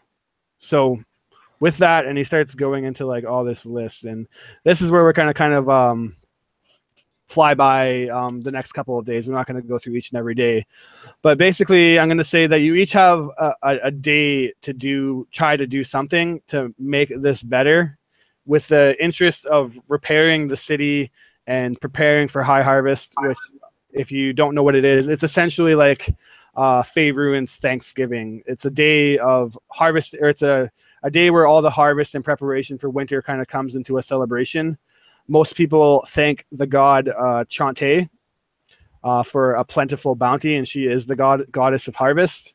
And then it is basically a day of like thanks and having a big dinner to prepare for the winter and basically hardying yourself up. So with that in mind, we're going to each have kind of a couple of things we can do. The things that he lists that need to be fixed are the drawbridge. The rocks are going to be a huge job, but they need to be taken care of. The windmill, the keep itself, the bridge to the keep, the towers at the drawbridge, the housings. The church has been ramshackled, dealing with all the goblins ramshackling, and the list goes on for a while. Finding food, blah, blah, blah. So with that, we're just going to jump into it. And who wants to try to come up with the first thing that they're going to do? I can go. All right. With each day, Warren seems to be his normal self, but he's looking at all these huge rocks that have to be taken care of. You know, he gathers up a few people that he finds has some wheelbarrows and whatnot. And each day, I got 4 castings of shatter. I'm just going to shatter the biggest rocks that I can find each day, kind of breaking these up and then helping them load up these big rocks into these barrels and, you know, kind of put them all on the outlying side of the town, replacing areas where, you know, some of the stonework has been busted up, or, you know, the tower, that kind of stuff. Just kind of reinforcing the wall with what is left with these shattered rocks. All right, cool. Give me Arcane. We'll see if you can actually shatter more than just 4 by somehow kind of just like channeling yourself. Skills. Arcana. Let's see what I get. Hell yeah. Ooh. That's a spicy. We're going to say that you are able to make some pretty good leeway with that. The rocks is probably the biggest job, so I'm gonna say that with a natural 20, you halfway finish it, which is more than I thought you guys were gonna get done at the very beginning. So I'm gonna say that pretty much all of the outdoor rocks somehow, through exerting yourself, you are able to get all the ones that are outside. Lauren does not exert himself. Fair enough. I got one. All right, so we'll say that that's definitely a day of work. Who's next? Go ahead, Octavius. Yeah, so Octavius will he'll gather some of the elves and some of the townfolk, and he'll go to the bridge to the keep. Okay. And he'll ask the elves to use their nimbleness and their agility to hop over with ropes, so that they have an easier time building the wooden structure that they need to reinforce the bridge to access the keep again.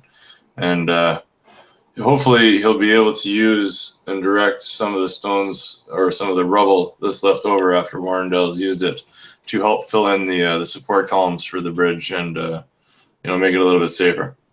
Cool. What kind of check you want to do? Oh, I didn't think about that. I'm gonna do a super awesome bridge check.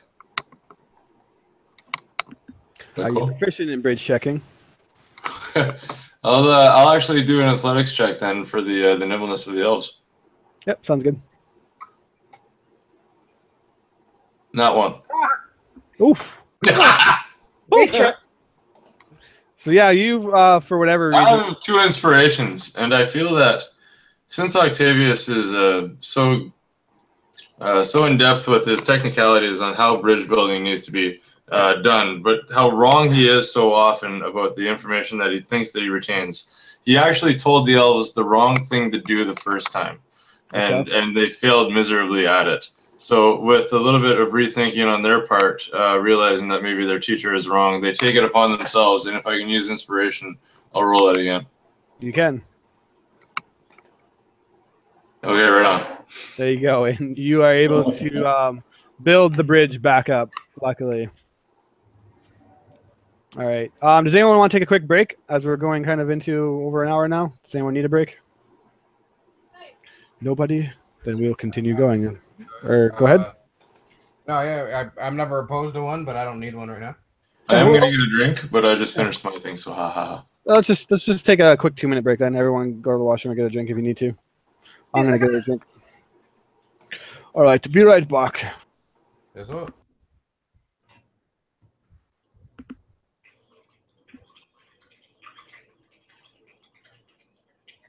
I hate him, Morgan.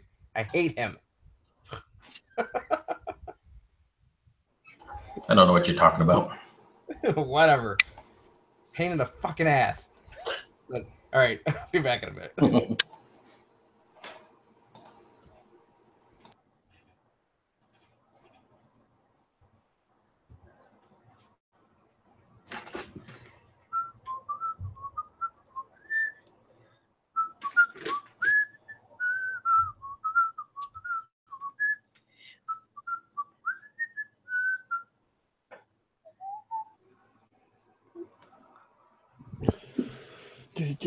I'm back. Welcome back. Merci beaucoup. All right, where's all my stuff that I'm supposed to be stuffing about? Stuffing about. All right.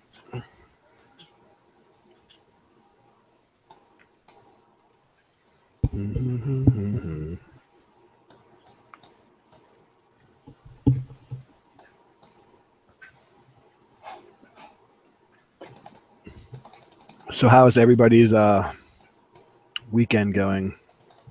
Isn't it Canada Day? It is Canada's Day today. Was it like 150 years or something? They're talking about it down here. Yes, it is 150. Ooh. I got the joy of ricking through it. That's how I celebrate it. We got America Day in a couple days. Yeah, that's usually it. We get both because we're a border city, so we get fireworks today, and then on the 4th or whatever, we get the, as we call it, the better fireworks, because the States always puts way more money into it than we do. Do you guys come stateside very often? You know what? We used to a lot. But the dollar is like so not good on our end right now that a lot of times it's not worth it. Your gas is cheaper, I believe, still, but pretty much everything else. I think I remember hearing something about like years and years ago where border cities would like go across the border to get gas. Yep. Yeah, we do that. A lot of people do that. And then obviously on days like today where most things are closed, a lot of Canadians will just like go across to your guys' Walmart and buy. So apparently, I think today was a day where there was like a stupid like 3-hour wait on the bridge to get back because so many people were just going across for forgotten barbecue supplies and all that. Oh, lovely. Yeah. The joy of being Canadian. Yep. There's a Mini Cooper. I have a Mini Cooper, but there's a Mini Cooper rally in Sault Ste. Pierre. Oh man, I want to say somewhere at the end of August. I wanted to go this year, but I'm not gonna be able to make it. But That'd have been cool. I was like, hey, I think he lives up in that area. I'm back. You're back. Yeah. Be I think- pretty cool. I still hate Warren. No, you don't. Warren is a great guy, okay? He just misunderstood. Exactly. Libby believes this. Make him pancakes then, Sonny. He's just not a cat guy. Okay? I Yeah. freaking hate cats. If you were like a dog, if you were a dog backseat, then you probably would. That is the total problem right there. Okay, no, Cats. let's get it. Bastards. Whatever. She's so salty with him right now. It's not everybody. Hey, I Anyways. can make pancakes for you guys to just bicker. You not 20'd on pancakes, first of all, so that's pretty impressive. Freaking awesome. I did pancakes. note down in my notes that +2 to pancake making. I will give you that. From now on, +2 to pancake making. That also pretty much slots you as the pancake maker of the party now, though. I think it's gonna be even better. Like when people like ask her like, so do you cook a lot? No, I've seen people make pancakes before, and I just thought, why not? And so she doesn't even have a clue how to make pancakes, and just pulled it off. Apparently, she makes bomb pancakes, though. Just got lucky. And next time when you go to make the group pancakes and roll on that one and get everyone sick, then Right? That's what I'm like worried about. It's like I'll lose that proficiency. It worked for one time. all right, though. With everyone being back, sorry, Octavius, as you finish building the bridge, you kind of make your way back, and for whatever reason, you're kind of just wandering through the town, looking at everyone working, and we're on to we're going to say this is day, I think, 2 of rebuilding, and you look, everyone's working hard, and the elves are working with the humans, and or we'll call them humans because it's easier, but Nightstonians, and it all seems to be going well, and you kind of walk up, and you see Winston just kind of standing there looking at the temple, this wooden temple that when you guys were in, it's where you encountered your first 2 goblins ringing the bell. And I think I remember telling you that this is a temple dedicated to Lathander, which is the god of dawn, Yep. and Maliki, which is the goddess of the forest. These 2 kind of things. And Winston is just kind of standing there looking at it as you, for whatever reason, kind of make your way here. And then he kind of looks at you as you approach,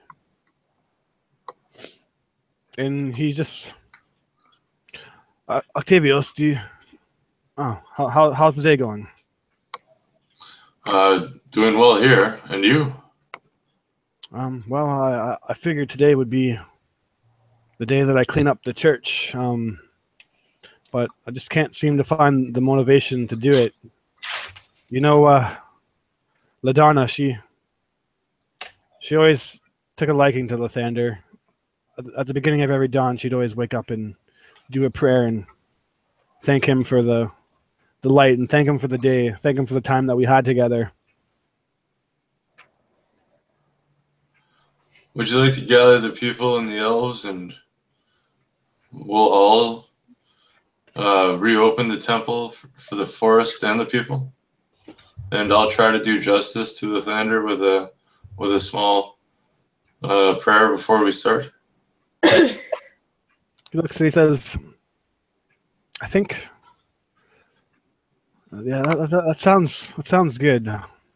You see, myself, I've always been a priest of Joaquin, which is the goddess of trade, the goddess of coin, hard work and, making your way in the world. And that's why I started the business. You're obviously not a servant of Lathander or Maliki. Who's your god? My God is Ilmater. He is mercy and sacrifice and beauty and love. Are you thinking about possibly changing the temple then, my friend? I don't think it'd be right to change it. I think it's kind of appropriate that, the forest goddess, something that the elves can relate to, and then Lathander. It makes sense, but Joaquin has never given me anything to deal with this. I think of LaDonna every day. I think of those bastards that killed her. And the only thing I think of is that it wasn't me that put the knife through each and every one of their throats. I wish it was more than anything. Joaquin has never really given me anything to deal with this. How does your god, how do you deal with the loss of the most important person to you? How has Ilmater taught you how to do this? We have to remember that through their sacrifice, they gave us the ability to remember the good things that they've left behind. And we have to think that one day they will be remembered for the sacrifice, and that their honor will always be remembered in the love and the stories that we can tell of them. Also, we have to remember that we have the ability to think about them wherever we are. And it doesn't matter if the temple is of Lathander or Merleki or your god or my god or any of the other gods. But if this is going to be a town and a temple for this people, maybe it should be open to all gods and to all prayer. And you have to remember that it's not the revenge and the vengeance that satisfies you. It's the thought and the love that you had of the person who's gone that satisfies you. Kind of nods. You see him wipe his face, his cheek. Look away from you. And he kind of sighs and says, I hope I never forget LaDonna, never forget her face, the way that she just smiled no matter what. The love of wine. I've been wondering ever since she was been gone, what I was going to do. I don't think I could ever go back to selling wine. And I feared that who am I then if I'm not with LaDonna and I'm not a wine merchant, then who is Winston? But I think you're right, Octavios. I think this church and being able to have people come here and have something to worship, something to remember. The gods are obviously a lot of times we remember through them. So thank you. I think you helped me find No, go ahead. my place. You could always Wait, share the memory of your wife by continuing to brew the wine. Yeah. And just then, Sunny appears from out of the church. She understands Lathander quite well. It is something of what she used to want to study, the way of the Sun Soul. It was one of their gods, so on and so forth. She says, well, would you be willing to teach somebody how to make wine? Now, I don't know. I know I don't have a long time, and we couldn't do a whole process. But if I got the concept of it, I believe I could do it. Pretty handy. He kind of look at you and No offense, Sonny, but it's honestly not something that I'm really interested in anymore. Like I said, wine was mine and LaDonna's thing. I honestly would be happier if I never seen the drink again. It's really unfortunate. Yeah, I know how to make wine, Sonny.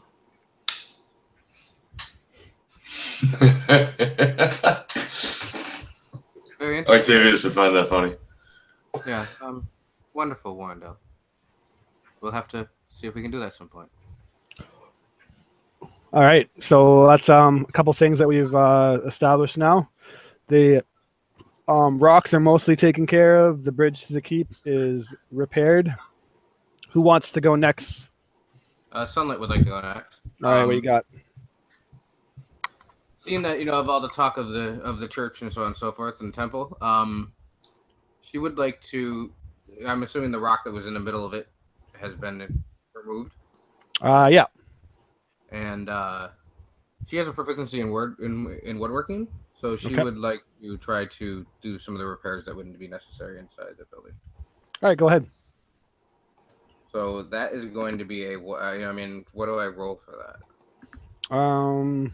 Let's think. Probably survival kind of speaks the most to me, but unless you can think of something better, that makes sense. Sure.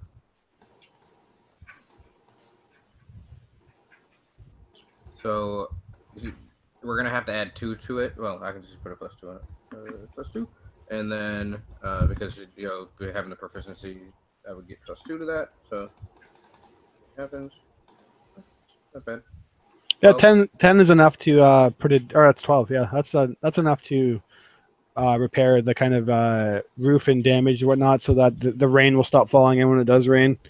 And between that, Winston spends the next couple of days cleaning up the church with you, and during that time, she would very much be talking to him about how she has grown the love for the drink, so on and so forth, and that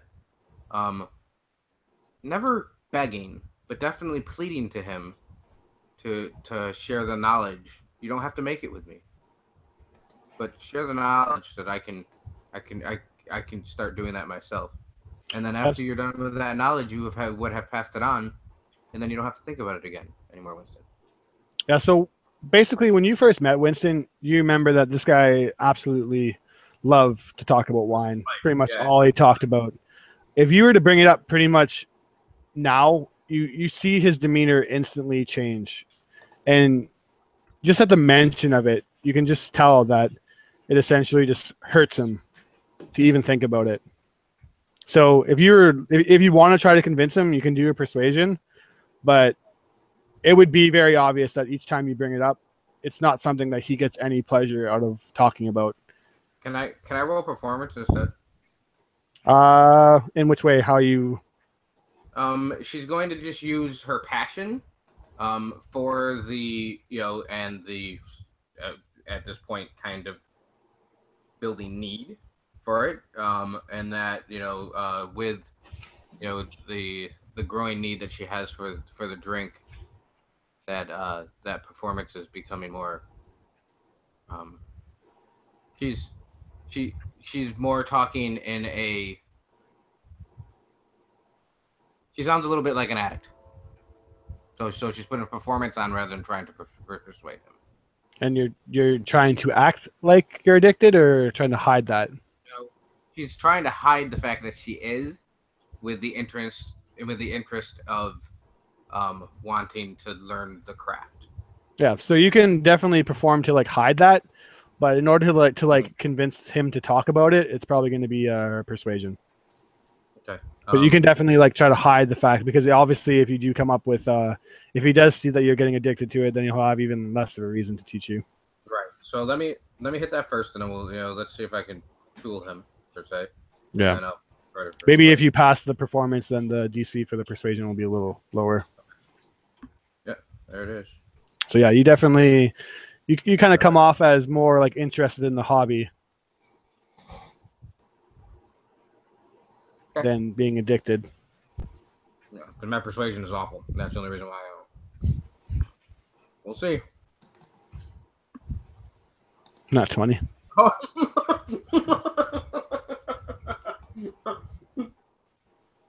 Yeah, so he, for whatever reason, he agrees to it.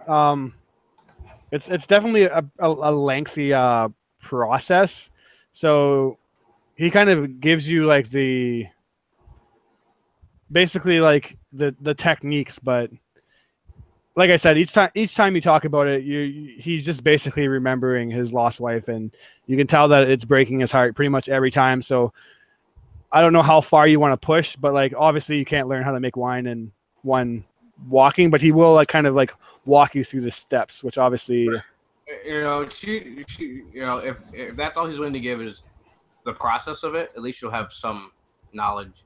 Well, maybe if you get dickhead to stop being a dickhead, maybe with that knowledge, you know, they might be able to get some things done. Yeah, but he'll give you like a piece of paper, I guess, which is like his old recipe for how he used to make wine, and like it's a step-by-step process. So there's at least that, and then is it for that one he loves so much? Pretty much all the wine that he made is pretty amazing. I can't. Did Morgan give up the super special bottle, or he still has it? I still got it. I don't think that's leverage. Yeah, of course you probably. But yeah, pretty much all of his wine is top notch. That wine that Morgan has is just like a 100-year-old bottle, so like it's like extremely rare and whatnot. But yeah, this is good wine. Obviously, if you're a winemaker and you knew how to make it, then you'd be able to make some pretty tasty wine with this. So overall, I would like to throughout the campaign work on maybe building proficiency towards winemaking. Yep, that definitely makes sense to me. All right, so with that being done, the temple is fixed, we'll say. So let me check off that list of possible things that you could do. And let's see what else happens. Okay. And as you finish up the working with the church and you finally got the recipe out of Winston, he says that he wants to call it a day. He's tired. And you're kind of left in the church with a couple of elves who are basically building an altar for Maliki and a couple of the humans working on the Lathander. And as you look, you see Grin, the tiefling boy. And he's actually kind of kneeled down and he's petting Rilix. Rilix has seemed to have taken a liking to him for whatever reason, which is kind of strange because Rilix doesn't really talk to anybody else besides you. Yeah. What's the boy's name again? Grin. Grin. Okay. And that is... Grin is the tiefling boy, Destiny's son. Mm-hmm. Uh-huh. And certainly, you know, she would go over and sit down with him and did you know the family well? The Grin. The Exelbrins, they were a nice couple, an older couple. Rilix stayed with them and kept them company. It was actually their grandson's cat, though. Or, sorry, Chesm. Yeah. Well, you can call it that. Yeah. I used to be friends with him. His name was Miros. That's how I became friends with Rilix. He always kind of got along with me too. I honestly didn't think I would see him again after I heard that the Exelbrins were crushed by the giants. He kind of cringes. Yeah. The damage to their home is extensive. I'm sure you've seen. What happened to Miros? Well, a few years back, he kind of became my age, and you see that he's like a young adult, basically kind of the age where you go and make your own in the world. And he moved to Golden Fields, a city a ways away from here. Well, I can see that you certainly have a connection with the animal. I can see that you two have a connection. Rilix is kind of he has a bit of a temperament. He doesn't really. He's kind of a shy cat. I'm surprised that he's taken such a liking to you. And as he says that, Rilix kind of spreads his wings and kicks up into the air and flies around a bit, and then kind of finds purchase on your shoulders and nestles up to you again. Yeah, it's I rather like him. It's kind of nice having another cat around. It's feels a little bit like home with him. Absolutely. Well, I'm sure with no one here to take care of him, I'm sure Miros wouldn't mind if he stayed with you. If you're ever in Golden Fields, though, maybe you'll find him, and I'm sure he'd love to see his pet again. My friend, you just took the words right out of my mouth. If we were to come across his owner, I would certainly let him go. Well, if you do, tell him that I'm very sorry for what happened to his grandparents, and that I'm still doing well, and that he's a friend that I miss. I absolutely would do that, dear friend. And she would get up, kind of rub the top of his head. So, what do the kids do in this village for fun? Or at least did before, the rocks came down. Well, honestly, we don't have a whole lot of fun. We work a lot. It's mostly a farming city, so we do a lot of that. But we used to play when we were allowed. We'd go out into the forest lines every now and then and kind of play hide and seek. I'm obviously too old for that now, but I do remember going into the forest and the caves and kind of doing that. That was fun, although it seems like a long time ago. Now, though, I'm sure it's not going to be much fun. There's a lot of work. All the older people are right. We need to prepare for winter. Winter is coming. It is. Azteca didn't have very much winter. If you got up into the mountains, there was snow. Very much a rainforesty area, pretty humid in most areas. It's gonna be interesting to have to travel through the snow. Does the snow fall everywhere here? It falls a lot through most of the area. If you go a bit more south, then you might avoid the most of it. But I heard that you guys are heading up to Bryn Shanders and the Icewind Dale area. It's gets winter pretty hard. I think it snows there pretty much all year round. So you're gonna get to experience winter firsthand. And he kind of gives you a smile, which is kind of like you have no clue what you're in for. Yeah, absolutely. And she doesn't, she's like, it should be wonderful. And he says, yeah, and well, I got work to do, so take care, Relix. And he kind of runs off. It's lovely to make your acquaintance. I see. Yeah, you too, as he runs out. All right, so who wants to go next in fixing some stuff? Libby. In my robot-y? Speak again? In my robot-y? I don't think so. That seemed pretty clear. All right, cool. I'm just figuring, before I just start rambling on, I should just double check when I've been quiet for a while. Anyways, that's a good idea. I feel like Livy, especially this first day after cleaning up the kitchen, she just kind of sort of be the morale booster as people are working hard and whatnot, and just those pancakes did a wonder. I think I should probably start working on the next meal and whatnot, just so that way, as people are working hard, she can go around just and break for you, and just to kind of help keep spirits high. And then when she does have a moment in between helping people make sure that they have sustenance, she would go for and helping patch a roof or whatever it is that's needed help, and just totally. Hey group, how's it going? Okay, here's some snacks. Eat. Okay, I got to go to the next group. So you want to be the snack maker for the town? Morale, but yeah, she's. I think it'd be a charisma thing, but I guess with survival for making food would be plausible too. I can also I guess reason performance. Okay. It kind of works in my mind a bit. I like that she gets stuff for performance, although her. I like to think that when I cook food, it's a performance, and I'm sure Dan can agree that it's a very great performance. Oh, it's a performance, all right. More like an orchestra, though. I'm more like a what's that called? Yeah. The conductor of the kitchen. I like to think of myself as. She's probably also like helping, just like grabbing a few of the capable bodies that don't have anything else to do, and like actually probably purposefully being like, okay, I want one of your elf cooks and I want one of the tavern worker cooks here.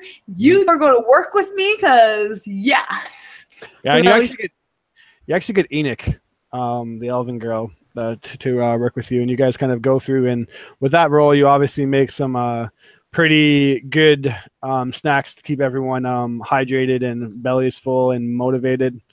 And as you guys are kind of going through the day, becoming acquainted, she talks a lot about where she's from, and inevitably, it leads to a conversation where she starts talking about Fayetta, who's essentially how was she? What was she like?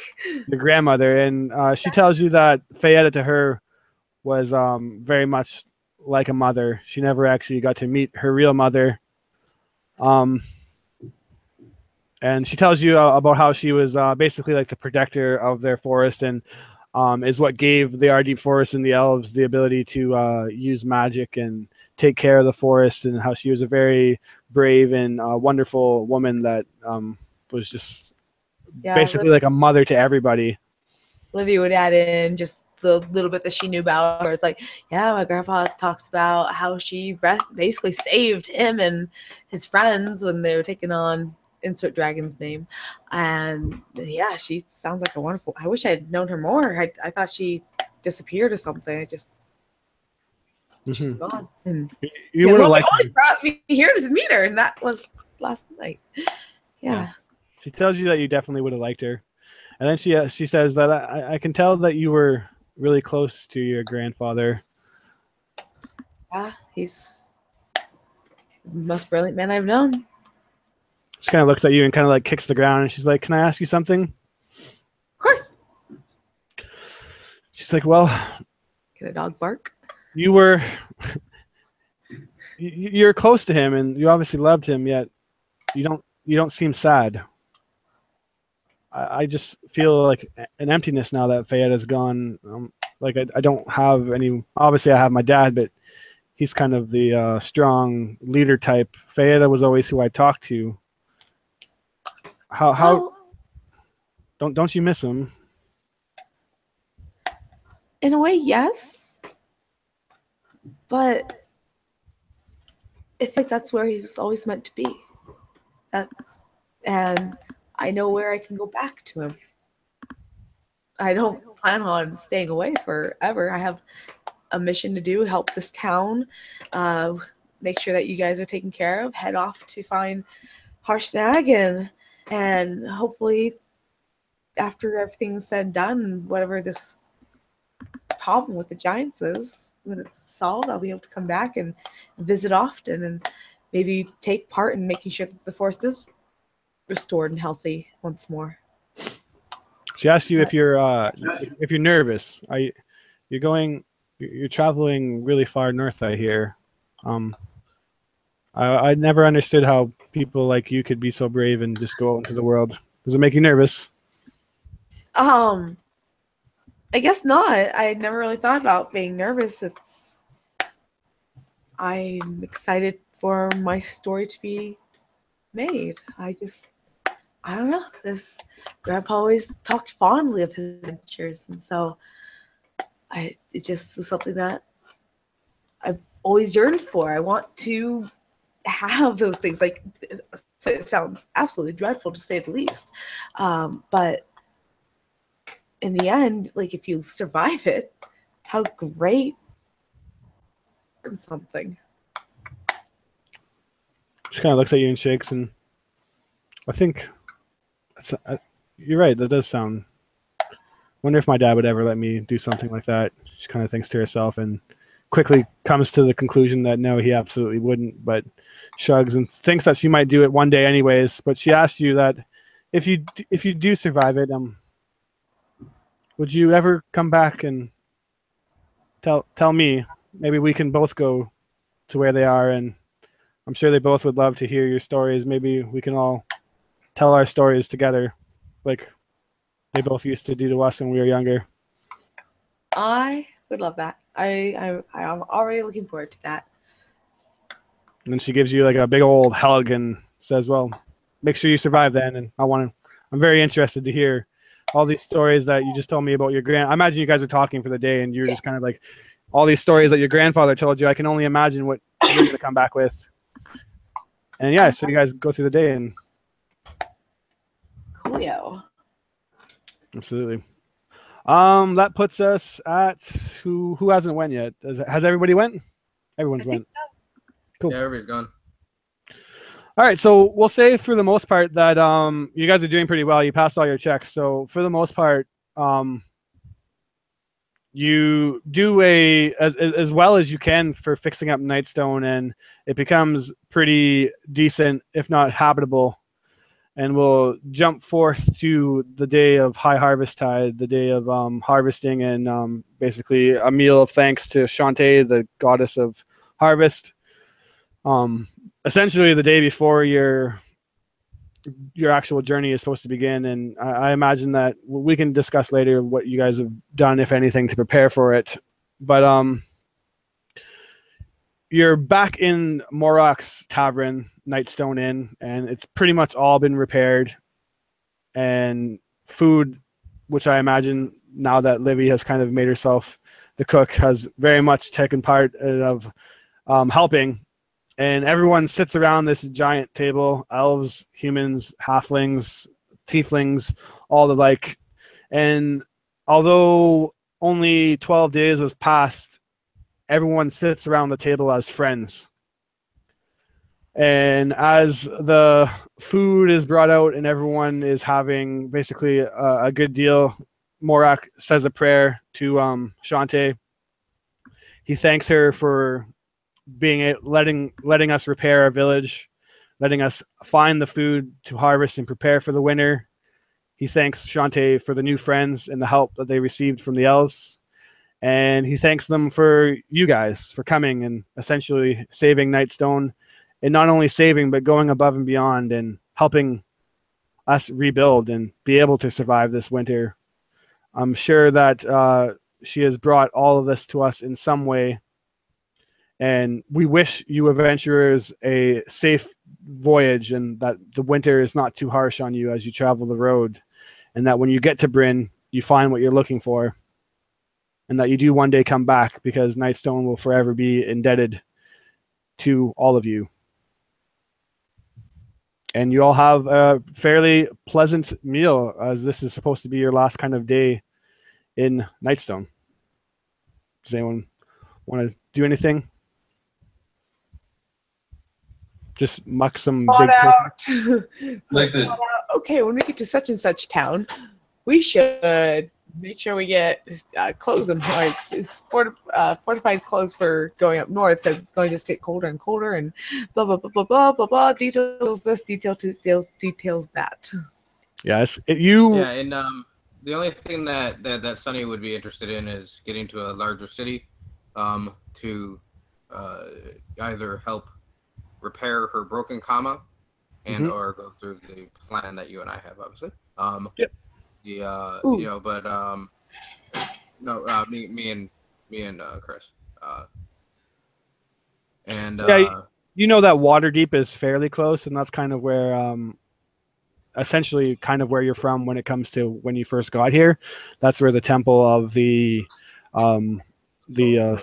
son and Father Henrik are.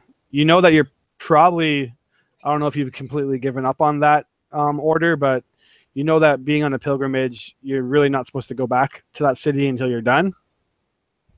So it's up to you if you want to head there. But you also know that Bryn Shander is the city that you're heading to, is part of the 10 towns, which is basically 10 cities in the Icewind Dale that make up this kind of council, I guess. And Bryn Shander is a pretty big city up in Icewind Dale.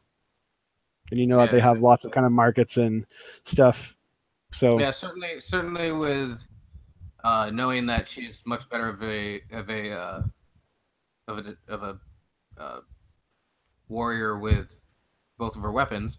She would be interested to go back there, but she'd also probably like to talk to Father Heinrich and kind of explain what her life is like a little bit now. Yep. That's a bit. All right. What about Octavius and Warren? What are you guys thinking of doing on this wonderful high harvest tide? Well, Warren would mostly just kind of enjoy the dinner, enjoy the meal a little bit. He's not one to admit that he has a softer side and all, but he's, being obligated and pretty much kind of forced into the role here and having to help these people and stuff. I imagine he's made a few per se friends, so he kind of sits with them, shares a few drinks, gives them some tips on how to be badasses, and just tries to enjoy himself the best he can.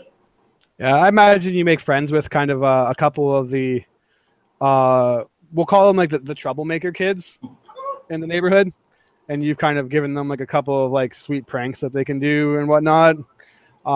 You've also made a couple of friends with the elves. You definitely have some people that you've become acquainted with for sure. And as you sit around the table, you kind of catch yourself actually smiling, which is like a big move. You don't necessarily want anyone to see that. So as you realize it and you're enjoying this meal, you probably quickly shove some food in my mouth. Yeah. Wait, can I roll perception? Please, can I roll perception? All right. I'll give you a perception versus Warren's deception if he doesn't want you to see a smile. That's cool. Oh, shoot. Okay. You're smiling and you actually almost meet eyes with Sunny at the same time. So we'll see if. Good luck, buddy. Let's see. How do I? Right there. Darn, I used a point, but oh well. Yeah, I was gonna use one if it didn't turn out well, but yeah, no, it's She catches you smiling. To Sunlit to see him actually conversing with somebody that is outside of his circle, and she feels as if she's actually in his circle a little bit, and it further frustrates her. But at the same time, she thinks to all of her monk training and knowing that what her and Octavius spoke about, that there's probably a glimmer of hope that eventually there is the softer side to this man, and that she doesn't feel so much despair with him at this point. Cool. Just wait an hour. Yeah, well, whatever, dickhead. And last but not least, what is Octavius doing during this day of thanks? Octavius at the dinner would stand up and he would start clanking his glass to try to get everyone's attention, and he would start reciting this old poem. He would do a horrible job at it, and he would have to restart a bunch of times. But he would seem super confident, and he would recite this old poem about togetherness, and then he would cheers the fact that the humans and the elves were able to come together so well and succeed in doing so much. And then he would wander off by himself and just walk around and make sure everything was all right, and then he would just go to bed. Cool. I'll give you a point of inspiration if you can freestyle the poem. Give me a haiku. No, I'm good. I have two. I have one. Try to do that. You can't do it. You can't freestyle bars. That's okay. I could. I just don't want to. I'm not going to. All right.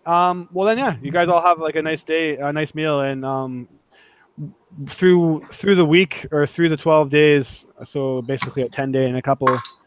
You've definitely become acquainted with these Nightstonians and these elves, and you've watched the community rebuild and become one. Even friendships have been made with many, and you definitely have a place in this world now to call maybe even a bit of a second home. Alara kind of walks in. One of the guards, you remember this scared guard that basically cowered away as the giants attacked. And she kind of walks in with a report to Morak, and you see that she now has become the captain of the guard.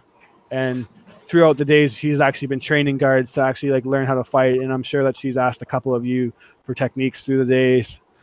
Morak told you that if you guys are going to Bryn, that he has a friend there who runs a store called Rendarl Emporium. And if you go see, he'll just call him Ren, even though we have a Ren already. If you go see Ren and tell him that Morak sent you, he'll be sure to set you up. He owns a trading goods store which sells the highest quality of stuff. So he gives you this note to say it's from him and says, yeah, if you're in Bryn and you're looking for supplies, go see Ren and tell him that I sent you, and he'll get you all set up with whatever you need. Other than that, the day goes by, the night goes by, and it's about time, I think, to call it a night. And tomorrow is supposed to be the big day where you set out. So as you're kind of walking around, everyone's heading to bed. I imagine it's actually Warren. As you come into your room that you've been staying at for the last 10 days, you see something on your pillowcase. You look around the room, slowly kind of walk over to his bed, see what this present is. You look and you see an envelope sitting on your bed with this big red wax seal kind of pressed into it. And it's the seal of a dragon's maw breathing this heavy fire. A man can never catch a break. You see signed on it is this a big K is kind of like in, what's it called? Calligraphy? Yeah, calligraphy, sorry. Calligraphy, a big fancy K written on the front side of it. Let's see what he wants now. He'll open it up. Frown on his face, rather annoyed. All right, so you want me to read it to you? Go for it. All right, so it says, to Warrendale, my newest employee. I just wanted to let you know that I am checking in on you. I obviously have the utmost of care for my new employees, and I want to make sure that you're working hard for me. I know that it's only been about a month, but it's time for you to make your first kind of haul soon. I'll be sending Delphine soon to see what you've been working so hard on for me. And I can't wait to see what kind of spoils you send my way. Who knows? Maybe you'll even get a raise or something. And even as you're reading this, you can actually like picture this. You inadvertently read it in his voice, and you just hear him like kind of like laughing as he says this. And he says, "Expect to see Delphine soon, and I hope that you haven't forgot what we talked about. I wouldn't want to have to come and make a personal appearance. But until then, your favorite employer," and then it's signed Old Snarl. People wonder why I'm so grumpy.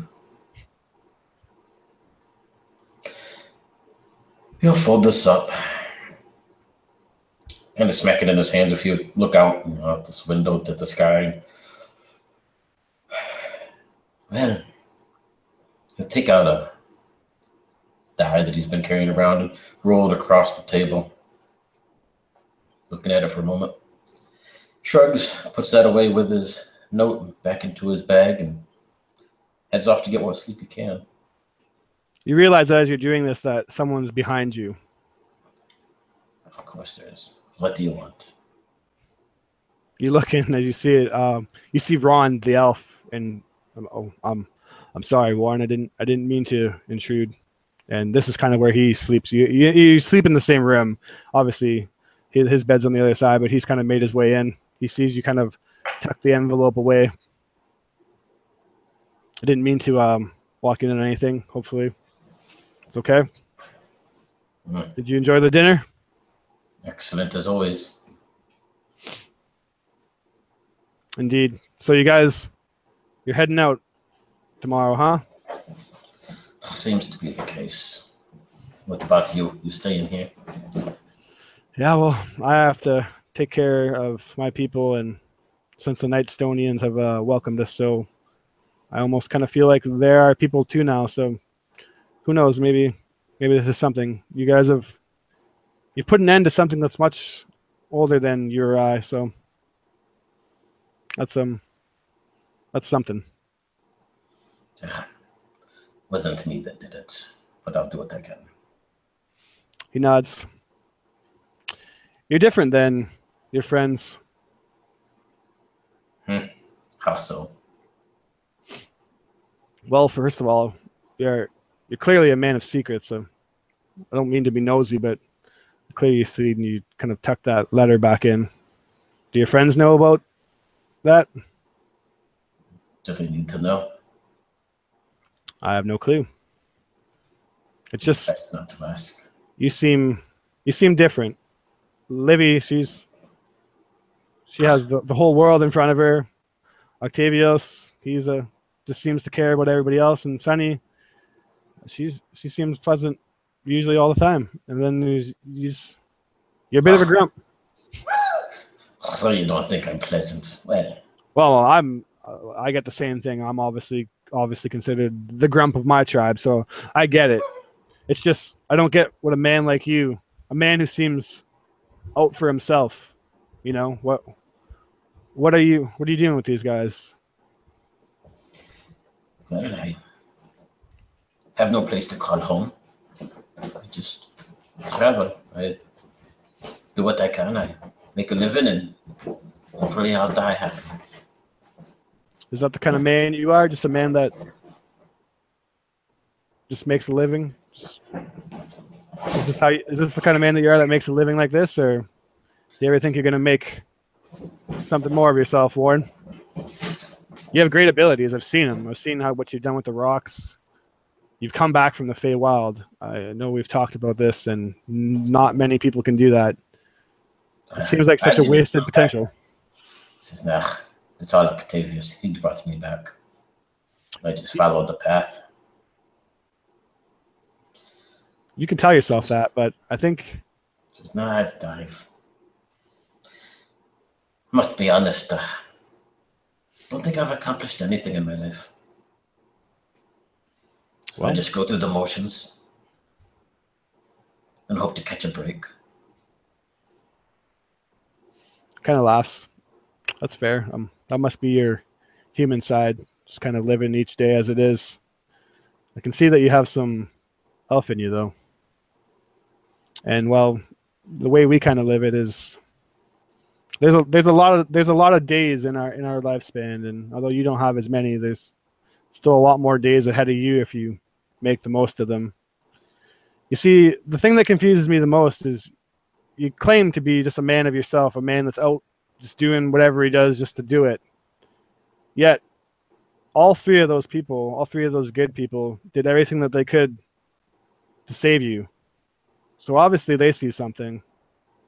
And you can pretend like coming back from the Feywild isn't a big deal, but trust me, it is. And whether you want to admit it to my face or not, there's something more there. I just hope that you don't waste it living each day as it comes and taking it for what it is, and don't waste that potential, and maybe, stop being such a lazy prick and actually try using some of that. That's just my opinion, though. I'm just an old elf. You know what they say about opinions? They're like assholes. Everybody has one. Kind of laughs. I suppose you're right. I think it's time for sleep, eh? Yep, he nods. You keep the tough guy act up. I'm sure you'll fool yourself one day. And he kind of laughs and pats you on the shoulder and walks away. Good night, Warren. I'll miss your unique personality. So I've heard. Warren will just stare at him as he walks away. You can see that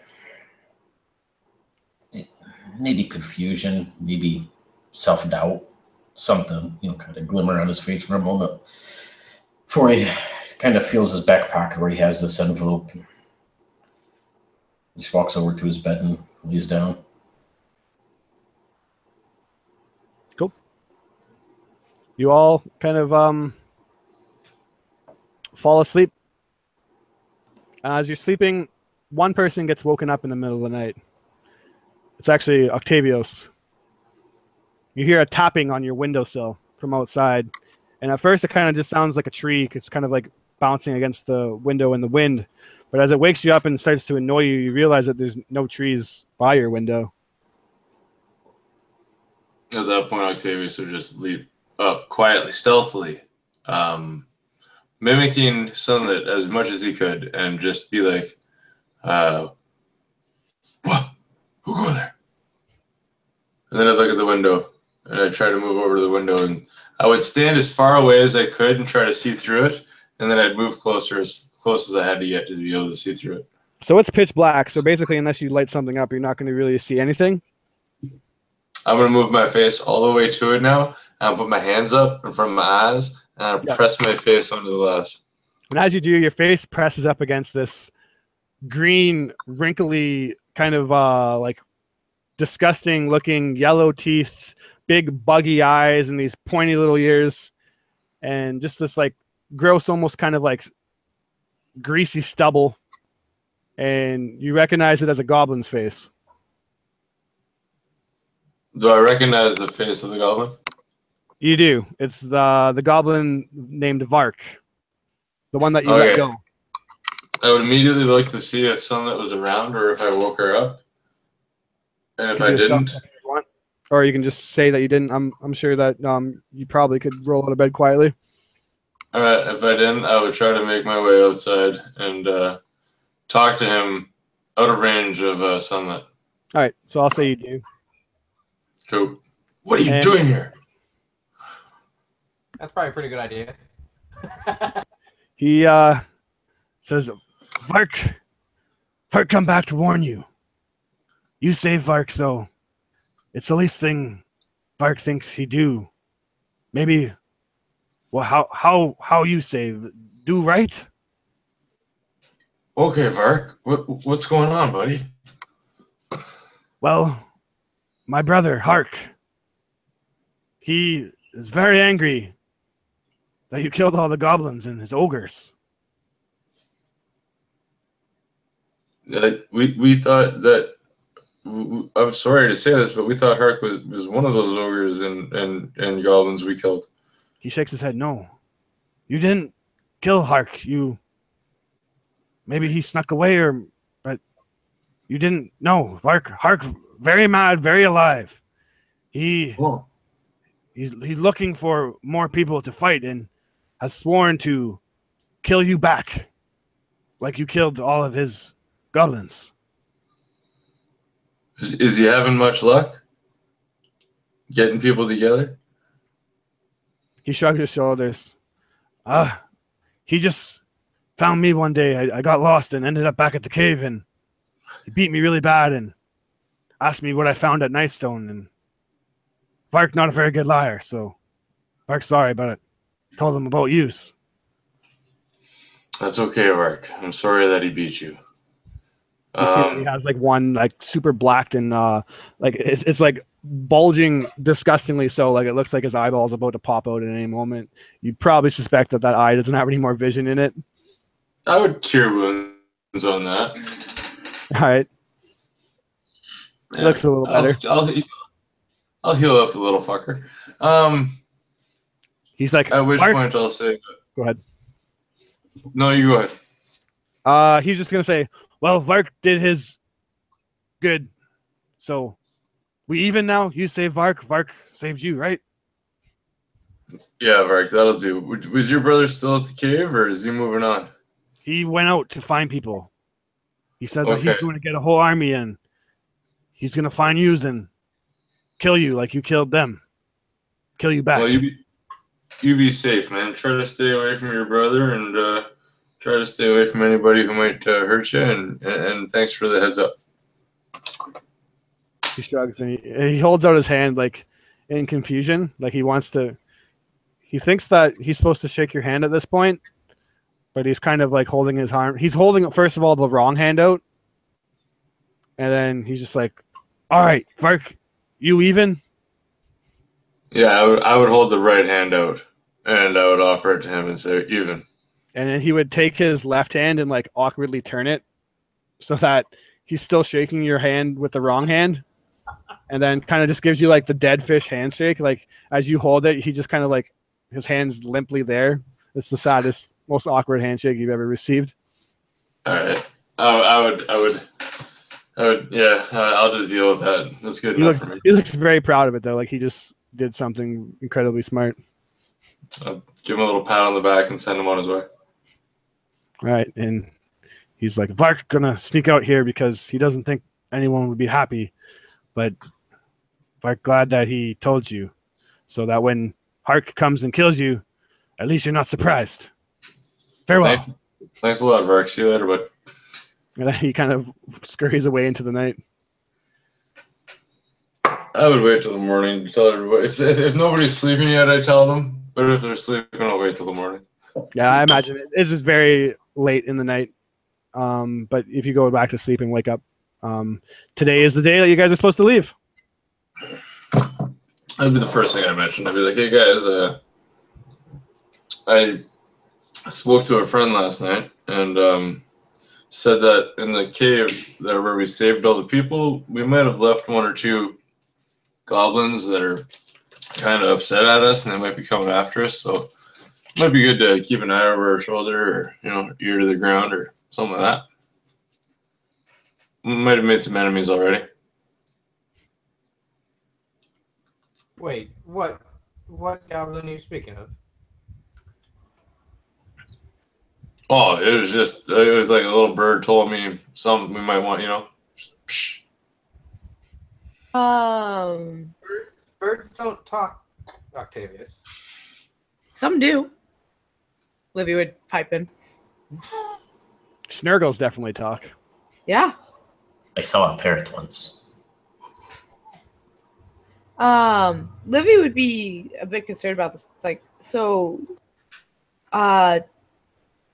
we can't leave then, can we?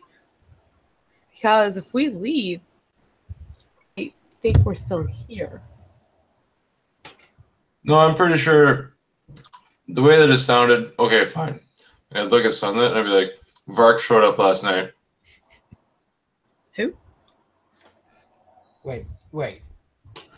Little guy.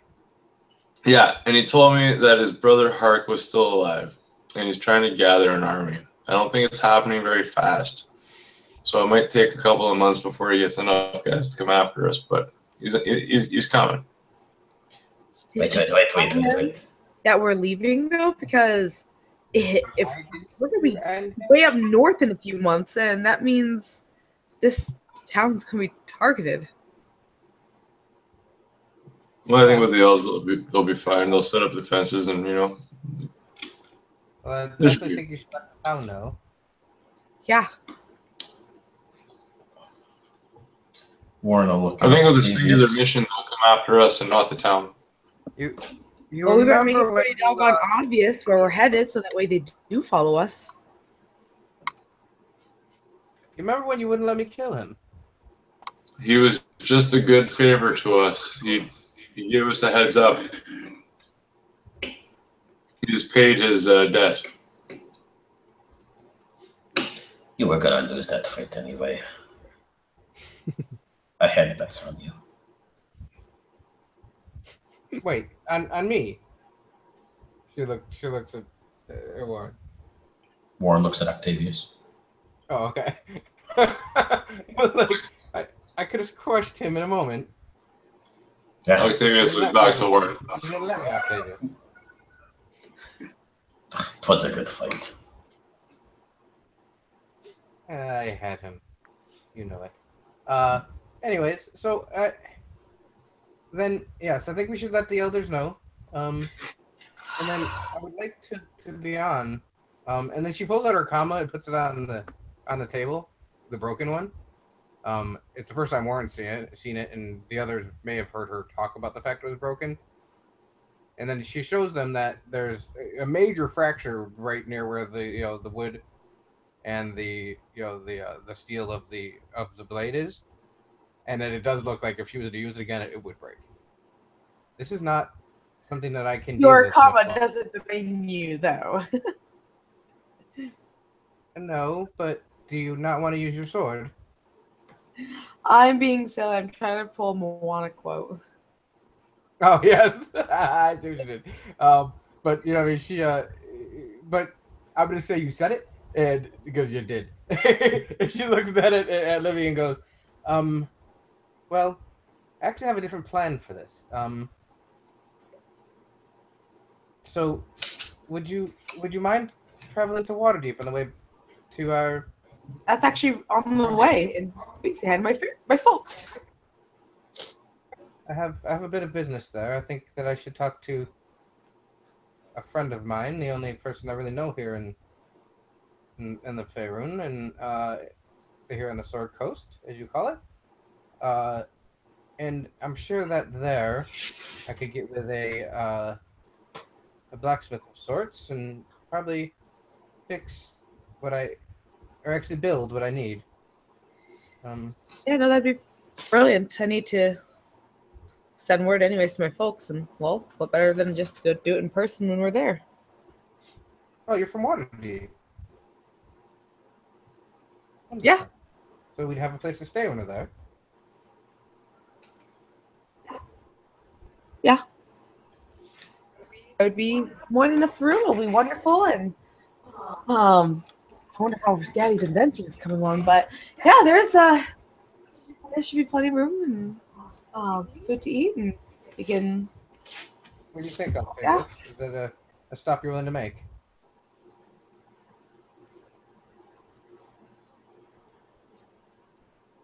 You're on mute, Dan.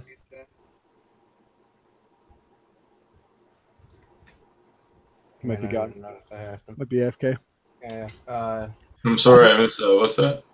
I said, is that a stop you'd be willing to make, to stop in Waterdeep for me too? Of course. I mean, if that is where you need to be, then it's on the way. It won't be a problem. All right, so I'm going to assume that you guys basically kind of say your goodbyes to the people of Nightstone. Does anyone tell like the elves or Ron about the warning? Because you remember them being pretty competent. So he would assure you that if any goblin is stupid enough to come here, that his scouts will be ample enough to defend the city. And he's been training with Alara, and they're coming along quite a ways too. So be assured that if someone comes back here, we can defend ourselves. We wouldn't want you guys to stay around any longer. You have a long journey ahead, and if you wait here for whoever knows how long these goblins might take, then you're going to get caught in the worst of winter. So he assures you that you're good to go, and basically we'll assume that you make all your kind of amenities, because I want to shut it down pretty quick. So we'll say that you hit the road, unless anybody has any kind of objections to that. Well, no, not objection, but as you know, everybody's saying their goodbyes and stuff. Or to be kind of look at the others, be like, just a moment, I left my pack in my room. Be ready to go in a moment. He'll go back up there. He did indeed kind of leave his pack and stuff up there. He shoulders that up. But he takes a look at that note again, thinking for a moment. He kind of looks over at his bunkmate stuff. He's going to walk over and kind of sift through the elves. I forget his name. Roland, whatever it is. Things. Anything of value in there? Will not say any money, but what do you find that's of something that of value? He's not the kind of person that carries money, but you tell me what you find. If you don't have anything, I can come up with something. I'll come up with something. Give me a few minutes, though. Yep. All right. So yeah, you just tell me after as you're walking. So I imagine that you just see something and you're grabbing it, or? Oh yeah, throwing it in my pack, whatever it is. Perfect. So you just see something and grab it. You don't necessarily look at it, because you don't want to get caught. So you just shove it in your pack and head out. You can see what it is after you're on the road. And with that, you hit the road. And you know that the journey from Nightstone to Waterdeep is about 2.5 days ish, close to 3.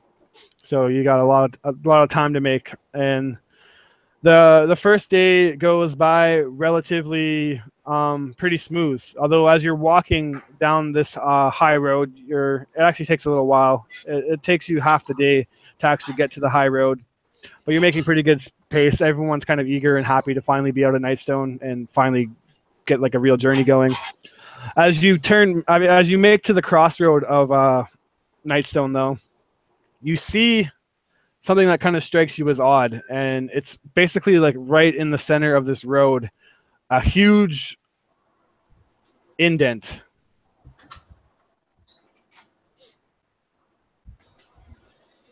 Like a ball dent, or like a square dent, or like a form, like what kind of a dent? Basically it's kind of roundish, I guess, although a bit more elongated. It's a weird shape, and it's literally just like sunk into the ground. And if you were to approach it, you wouldn't see like any kind of crater or anything in it. It just seems like this actual crater put into the ground. And it's about, I'm going to say, close to like 15 feet long. How wide? Probably by about 6 to 8. Pretty big. Yeah, it's pretty big. What in the world would have caused this? As you're looking at that, you look several feet down, and you see another one that smashes into the ground, out into the grass. And then if you look further beyond, you see another one. Do you think these could be footprints? How far apart are they? Pretty far apart. I would say, I'm trying to think, probably about like 10 feet apart. Maybe 15. And if you were to kind of follow this, your eyes would basically about 100 feet away would see what looks like this really weird shaped like mountain or hill kind of in the distance. But it doesn't really like look like natural or anything.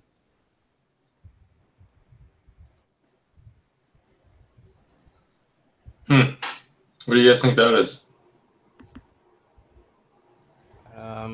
Something that we don't want to mess We'll with. do a history check on lore. Does she know anything about hills that Yeah, I go was just about to ask that. Yeah. History? Do you mind if I roll that? What, just tell me what you're rolling, but go ahead. It's not like a lore. It's a history, but lore. Like, is there anything in the lore that she would know would explain this? Well, we'll say that since you're using history or lore, you know that there is not any hill or anything that's supposed to be there, we'll say. So whatever it is not natural. That's not supposed to be there. She'll just like, huh, that's weird. That's not supposed to be there. That's no hill. Indeed. Wait. Yeah, that would make. Why does it look like the hill And might be- Octavius, you said footsteps. I think that's a pretty good assumption. That Sunny, We should keep you can going. sneak up there. Yeah, she's very interested.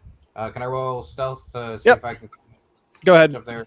All right, we're gonna hit this like this. No, we're gonna do that again.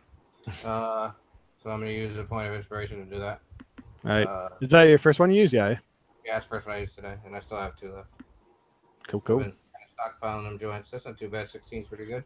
Yeah, so you are able to sneak in as you walk up. Like I said, this is over like 100 feet away, but as you walk, you start to see that these craters that you're following, indeed, it starts to sink in that these are very much like looking like footsteps somehow. And as you're walking, you start to see like weapons and stuff thrown into the ground and arrows. And as you look into one crater, you see the smushed remains of some kind of humanoid. It was wearing armor, but the armor is literally like pancaked down and guts are exploded everywhere. And it's a very disgusting like pool of human remains in the bottom of this footstep. And as you approach and get closer, you're kind of sneaking up. You do find that this hill is by no means a hill whatsoever. It is a humanoid, although it is absolutely monstrous. And yeah, I can speak. I can say words, I swear. But as you come to it and you see that what's facing you is like a knee. And as you look and you kind of creep up and you look and you just like, is this thing sleeping? What is going on? You look and you see that its head is gone, and there's just blood and gore everywhere, and it's just this battlefield. And as you look beyond it, you see another one of these giants laying on the ground, decapitated, and you see a flag kind of stuck into the ground. Wow. You also see weapons and dead bodies of humans mostly, kind of strewn all over this place. It looks like these two giants had some kind of fight. Yeah, she would definitely be using all of her stealthy skills, and she can move great distances. You know that because of the monkey deadback things. She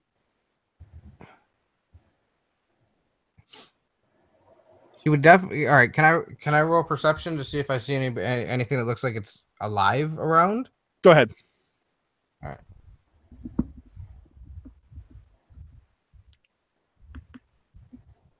Come here. Don't screw me. Not 20. And a 24. Besides a couple of birds, you do not see anything living in this remains of a battlefield. You count about 15 dead humanoids that aren't giants, and these two dead giants. And then the only other thing that seems to be moving besides a couple of birds that flew by is this flag that's stuck into the ground, and it has this red kind of base with what looks like a golden crown kind of put in the center of it with this fiery ring around it. She's not take that. Did Livy recognize the symbol, maybe? You're not there. I mean, she's in trouble. Way far away from where you guys are. She would take that. All right, you grab it. And everything, just the flag itself. All right, you grab it. You know, put it in her pack. Sneak on back to him and just stealth again. Are you cool with the same one? No, you don't need to stealth this. And she would come back and say what she saw. It was certainly two giants. There was, I've only seen one giant in my life. Well, I've seen 3 giants in my life, but yeah, there was a great battle here. And then she'd brandish the flag to see if anybody's seen it before, because it's not something that she's seen before. All right. We'll say Warren. Actually, all 3 of you can roll at advantage with because pretty much anyone would know this besides Sunny. So give me a roll of a history at advantage. And the one thing that you do find strange, Sunny, is that you couldn't see their heads, the giant heads, anywhere. They're just gone. Oh. First of all, Octavius, you instantly recognize this as the Lord's Alliance kind of emblem, which is another faction in Faerun. And basically what they stand for is they're a coalition of rulers from different big cities, primarily the north, which is the area that you're in. And they collectively agree to keep evil at bay. Their big rulers are from Waterdeep, Silvery Moon, and Neverwinter. And they basically just go to like smaller free cities that plead themselves to the Lord's Alliance, and for the most part, they're just like known to be agents of good. They have powerful paladins and talented mages and warriors and bards that, for the most part, swear themselves to loyalty and protecting, for the most part, like wealthier people, like the big cities and the cities that kind of are in alliances with the bigger cities. And anyone else who rolled above a 12 would also know that. Yeah, Octavius. I think I would tell everybody because I don't think anybody else rolled above a 12. No, Livy did. But should I put the flag back? It seems as though the humans are claiming the death of the giants. Did it seem that way to you at all? Well, I'll tell you what. There's no heads of the giants, and almost every humanoid that I noticed, mostly human, were badly injured. You would see a parchment wrapped around the flag. Or, sorry, I guess I messed it up because you took the flag and not the whole pole, right? I'll say with your 20 perception that you would have seen that too. Sorry, because you rolled pretty high in the perception. She would have brandished the parchment as well. Yeah. It's written in common? Yep. Okay. What does it say? It says that a paladin by the name of Rowan Delwire, has claimed these giants' head in the name of I can't speak today. You can tell it's late. Lady Laurel Silverhand, ruler of Neverwinter, and a bounty will be claimed for all those who collect the heads of giants and are paid 500 gold pieces. It says that war has been declared on the Sword Coast and the North, and the giants look to bring this war to us.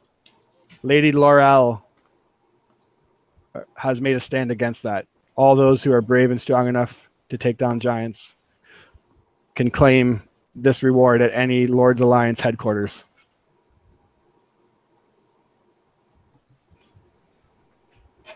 Yeah, she would definitely perk up to that. Not very much for money, but money buys more wine, so I'd help you find some giants, Sonny.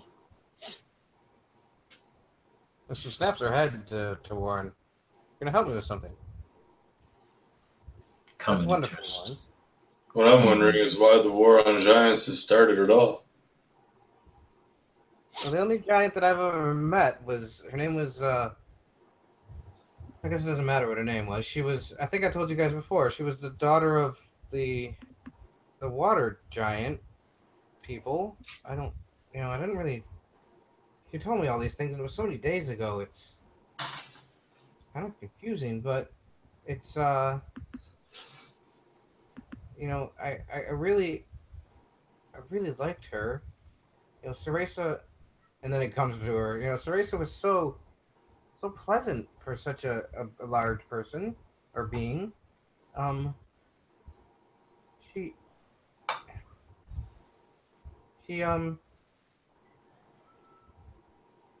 she said that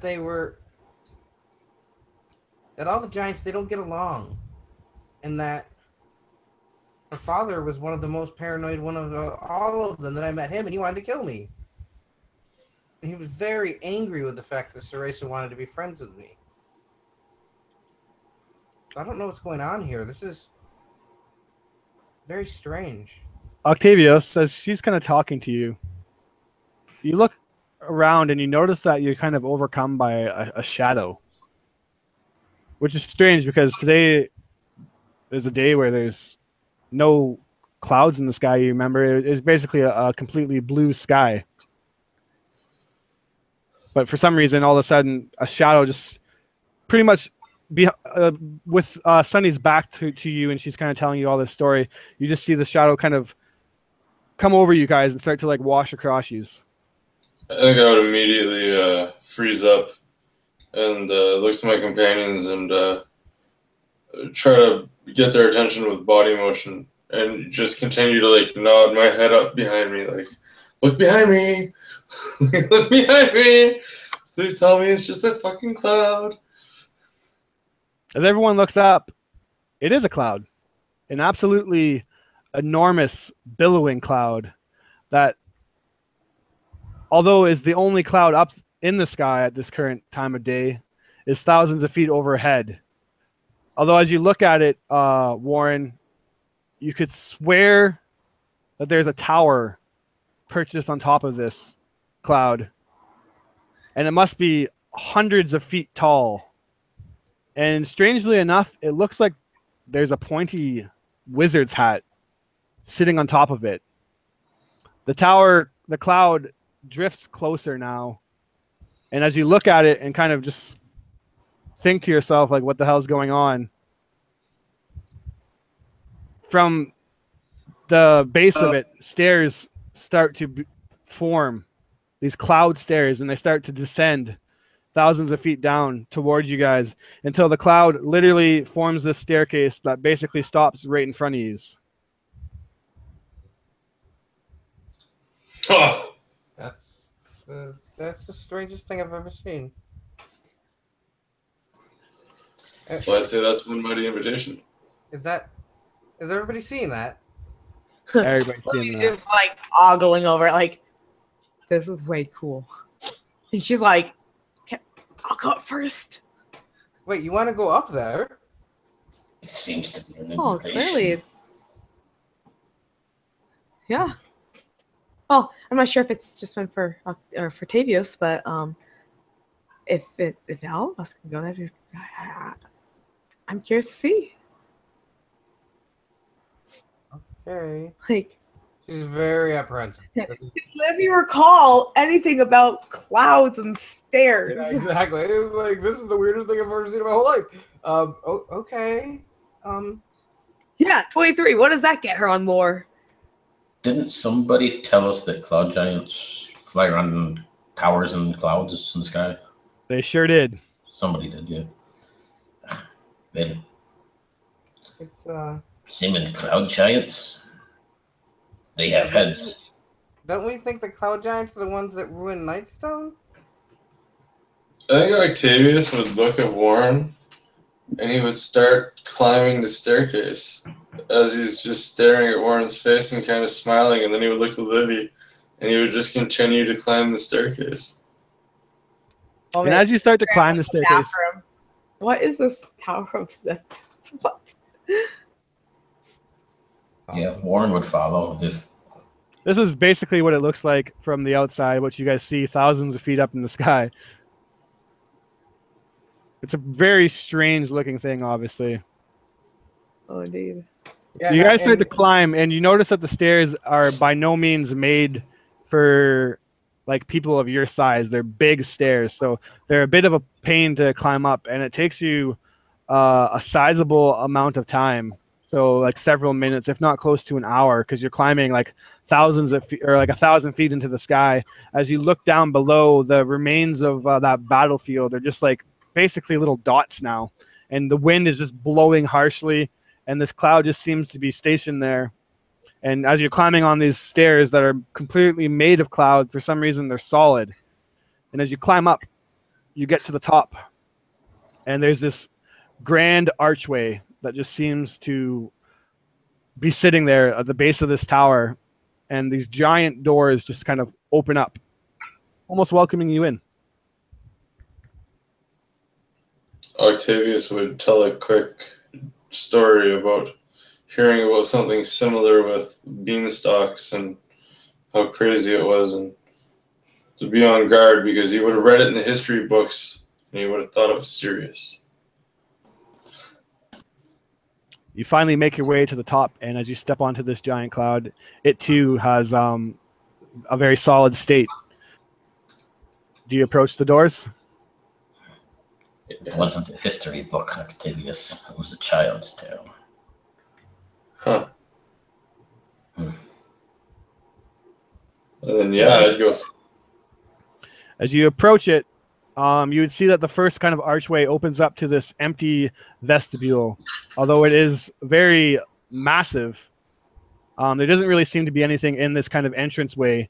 You do, however, see what looks like this translucent blue curtain that kind of almost looks like a cloud itself, but in curtain form, just kind of wisping there, blocking the next entrance. But as you kind of approach it and push your hand through it, it just moves very much like a curtain and opens up into this 100-foot high hexagonal chamber containing a table that is like 10 times larger than you, some stone chairs, and dangling from the ceiling are these iron chains which have these 6 crystal spheres all kind of illuminating the area.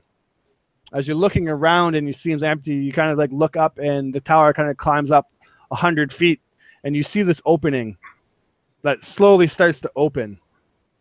And then you see the shadows of these 2 massive feet that slowly start to descend down. And as it descends down through the air, you see this massive humanoid creature. Looks like a man with completely gray skin, but obviously the size of like 20 feet tall. He slowly starts to descend down, and let me see if I can find a picture. As you look at him. He's wearing this very ornate purple kind of robe that has this very high collar that basically carries right up to his chin. He has this completely gray skin with gray eyes even, and his hair actually looks like clouds. And he has this big kind of cloud beard. And I'll just show you the picture of him now that I found it. And as he starts levitating down through this massive chamber, his feet very lightly touch the ground. A creature of this size, you would assume to have a thud. And he touches the ground with just the most delicate of steps. And then he kind of puts his hands together and he looks at you all and says, "Finally, you all have made it. I've been expecting you. Welcome." And he holds his hand out. "You are the ones I've been waiting for." Olivia's just like gaping, like, "Oops, Yeah. sorry." But, Us? yeah, Sunlight definitely has her hood up. Very much Jedi style, but still be able to see. You've been looking for us. He nods. And that is where we'll end it. Ah! No! Okay.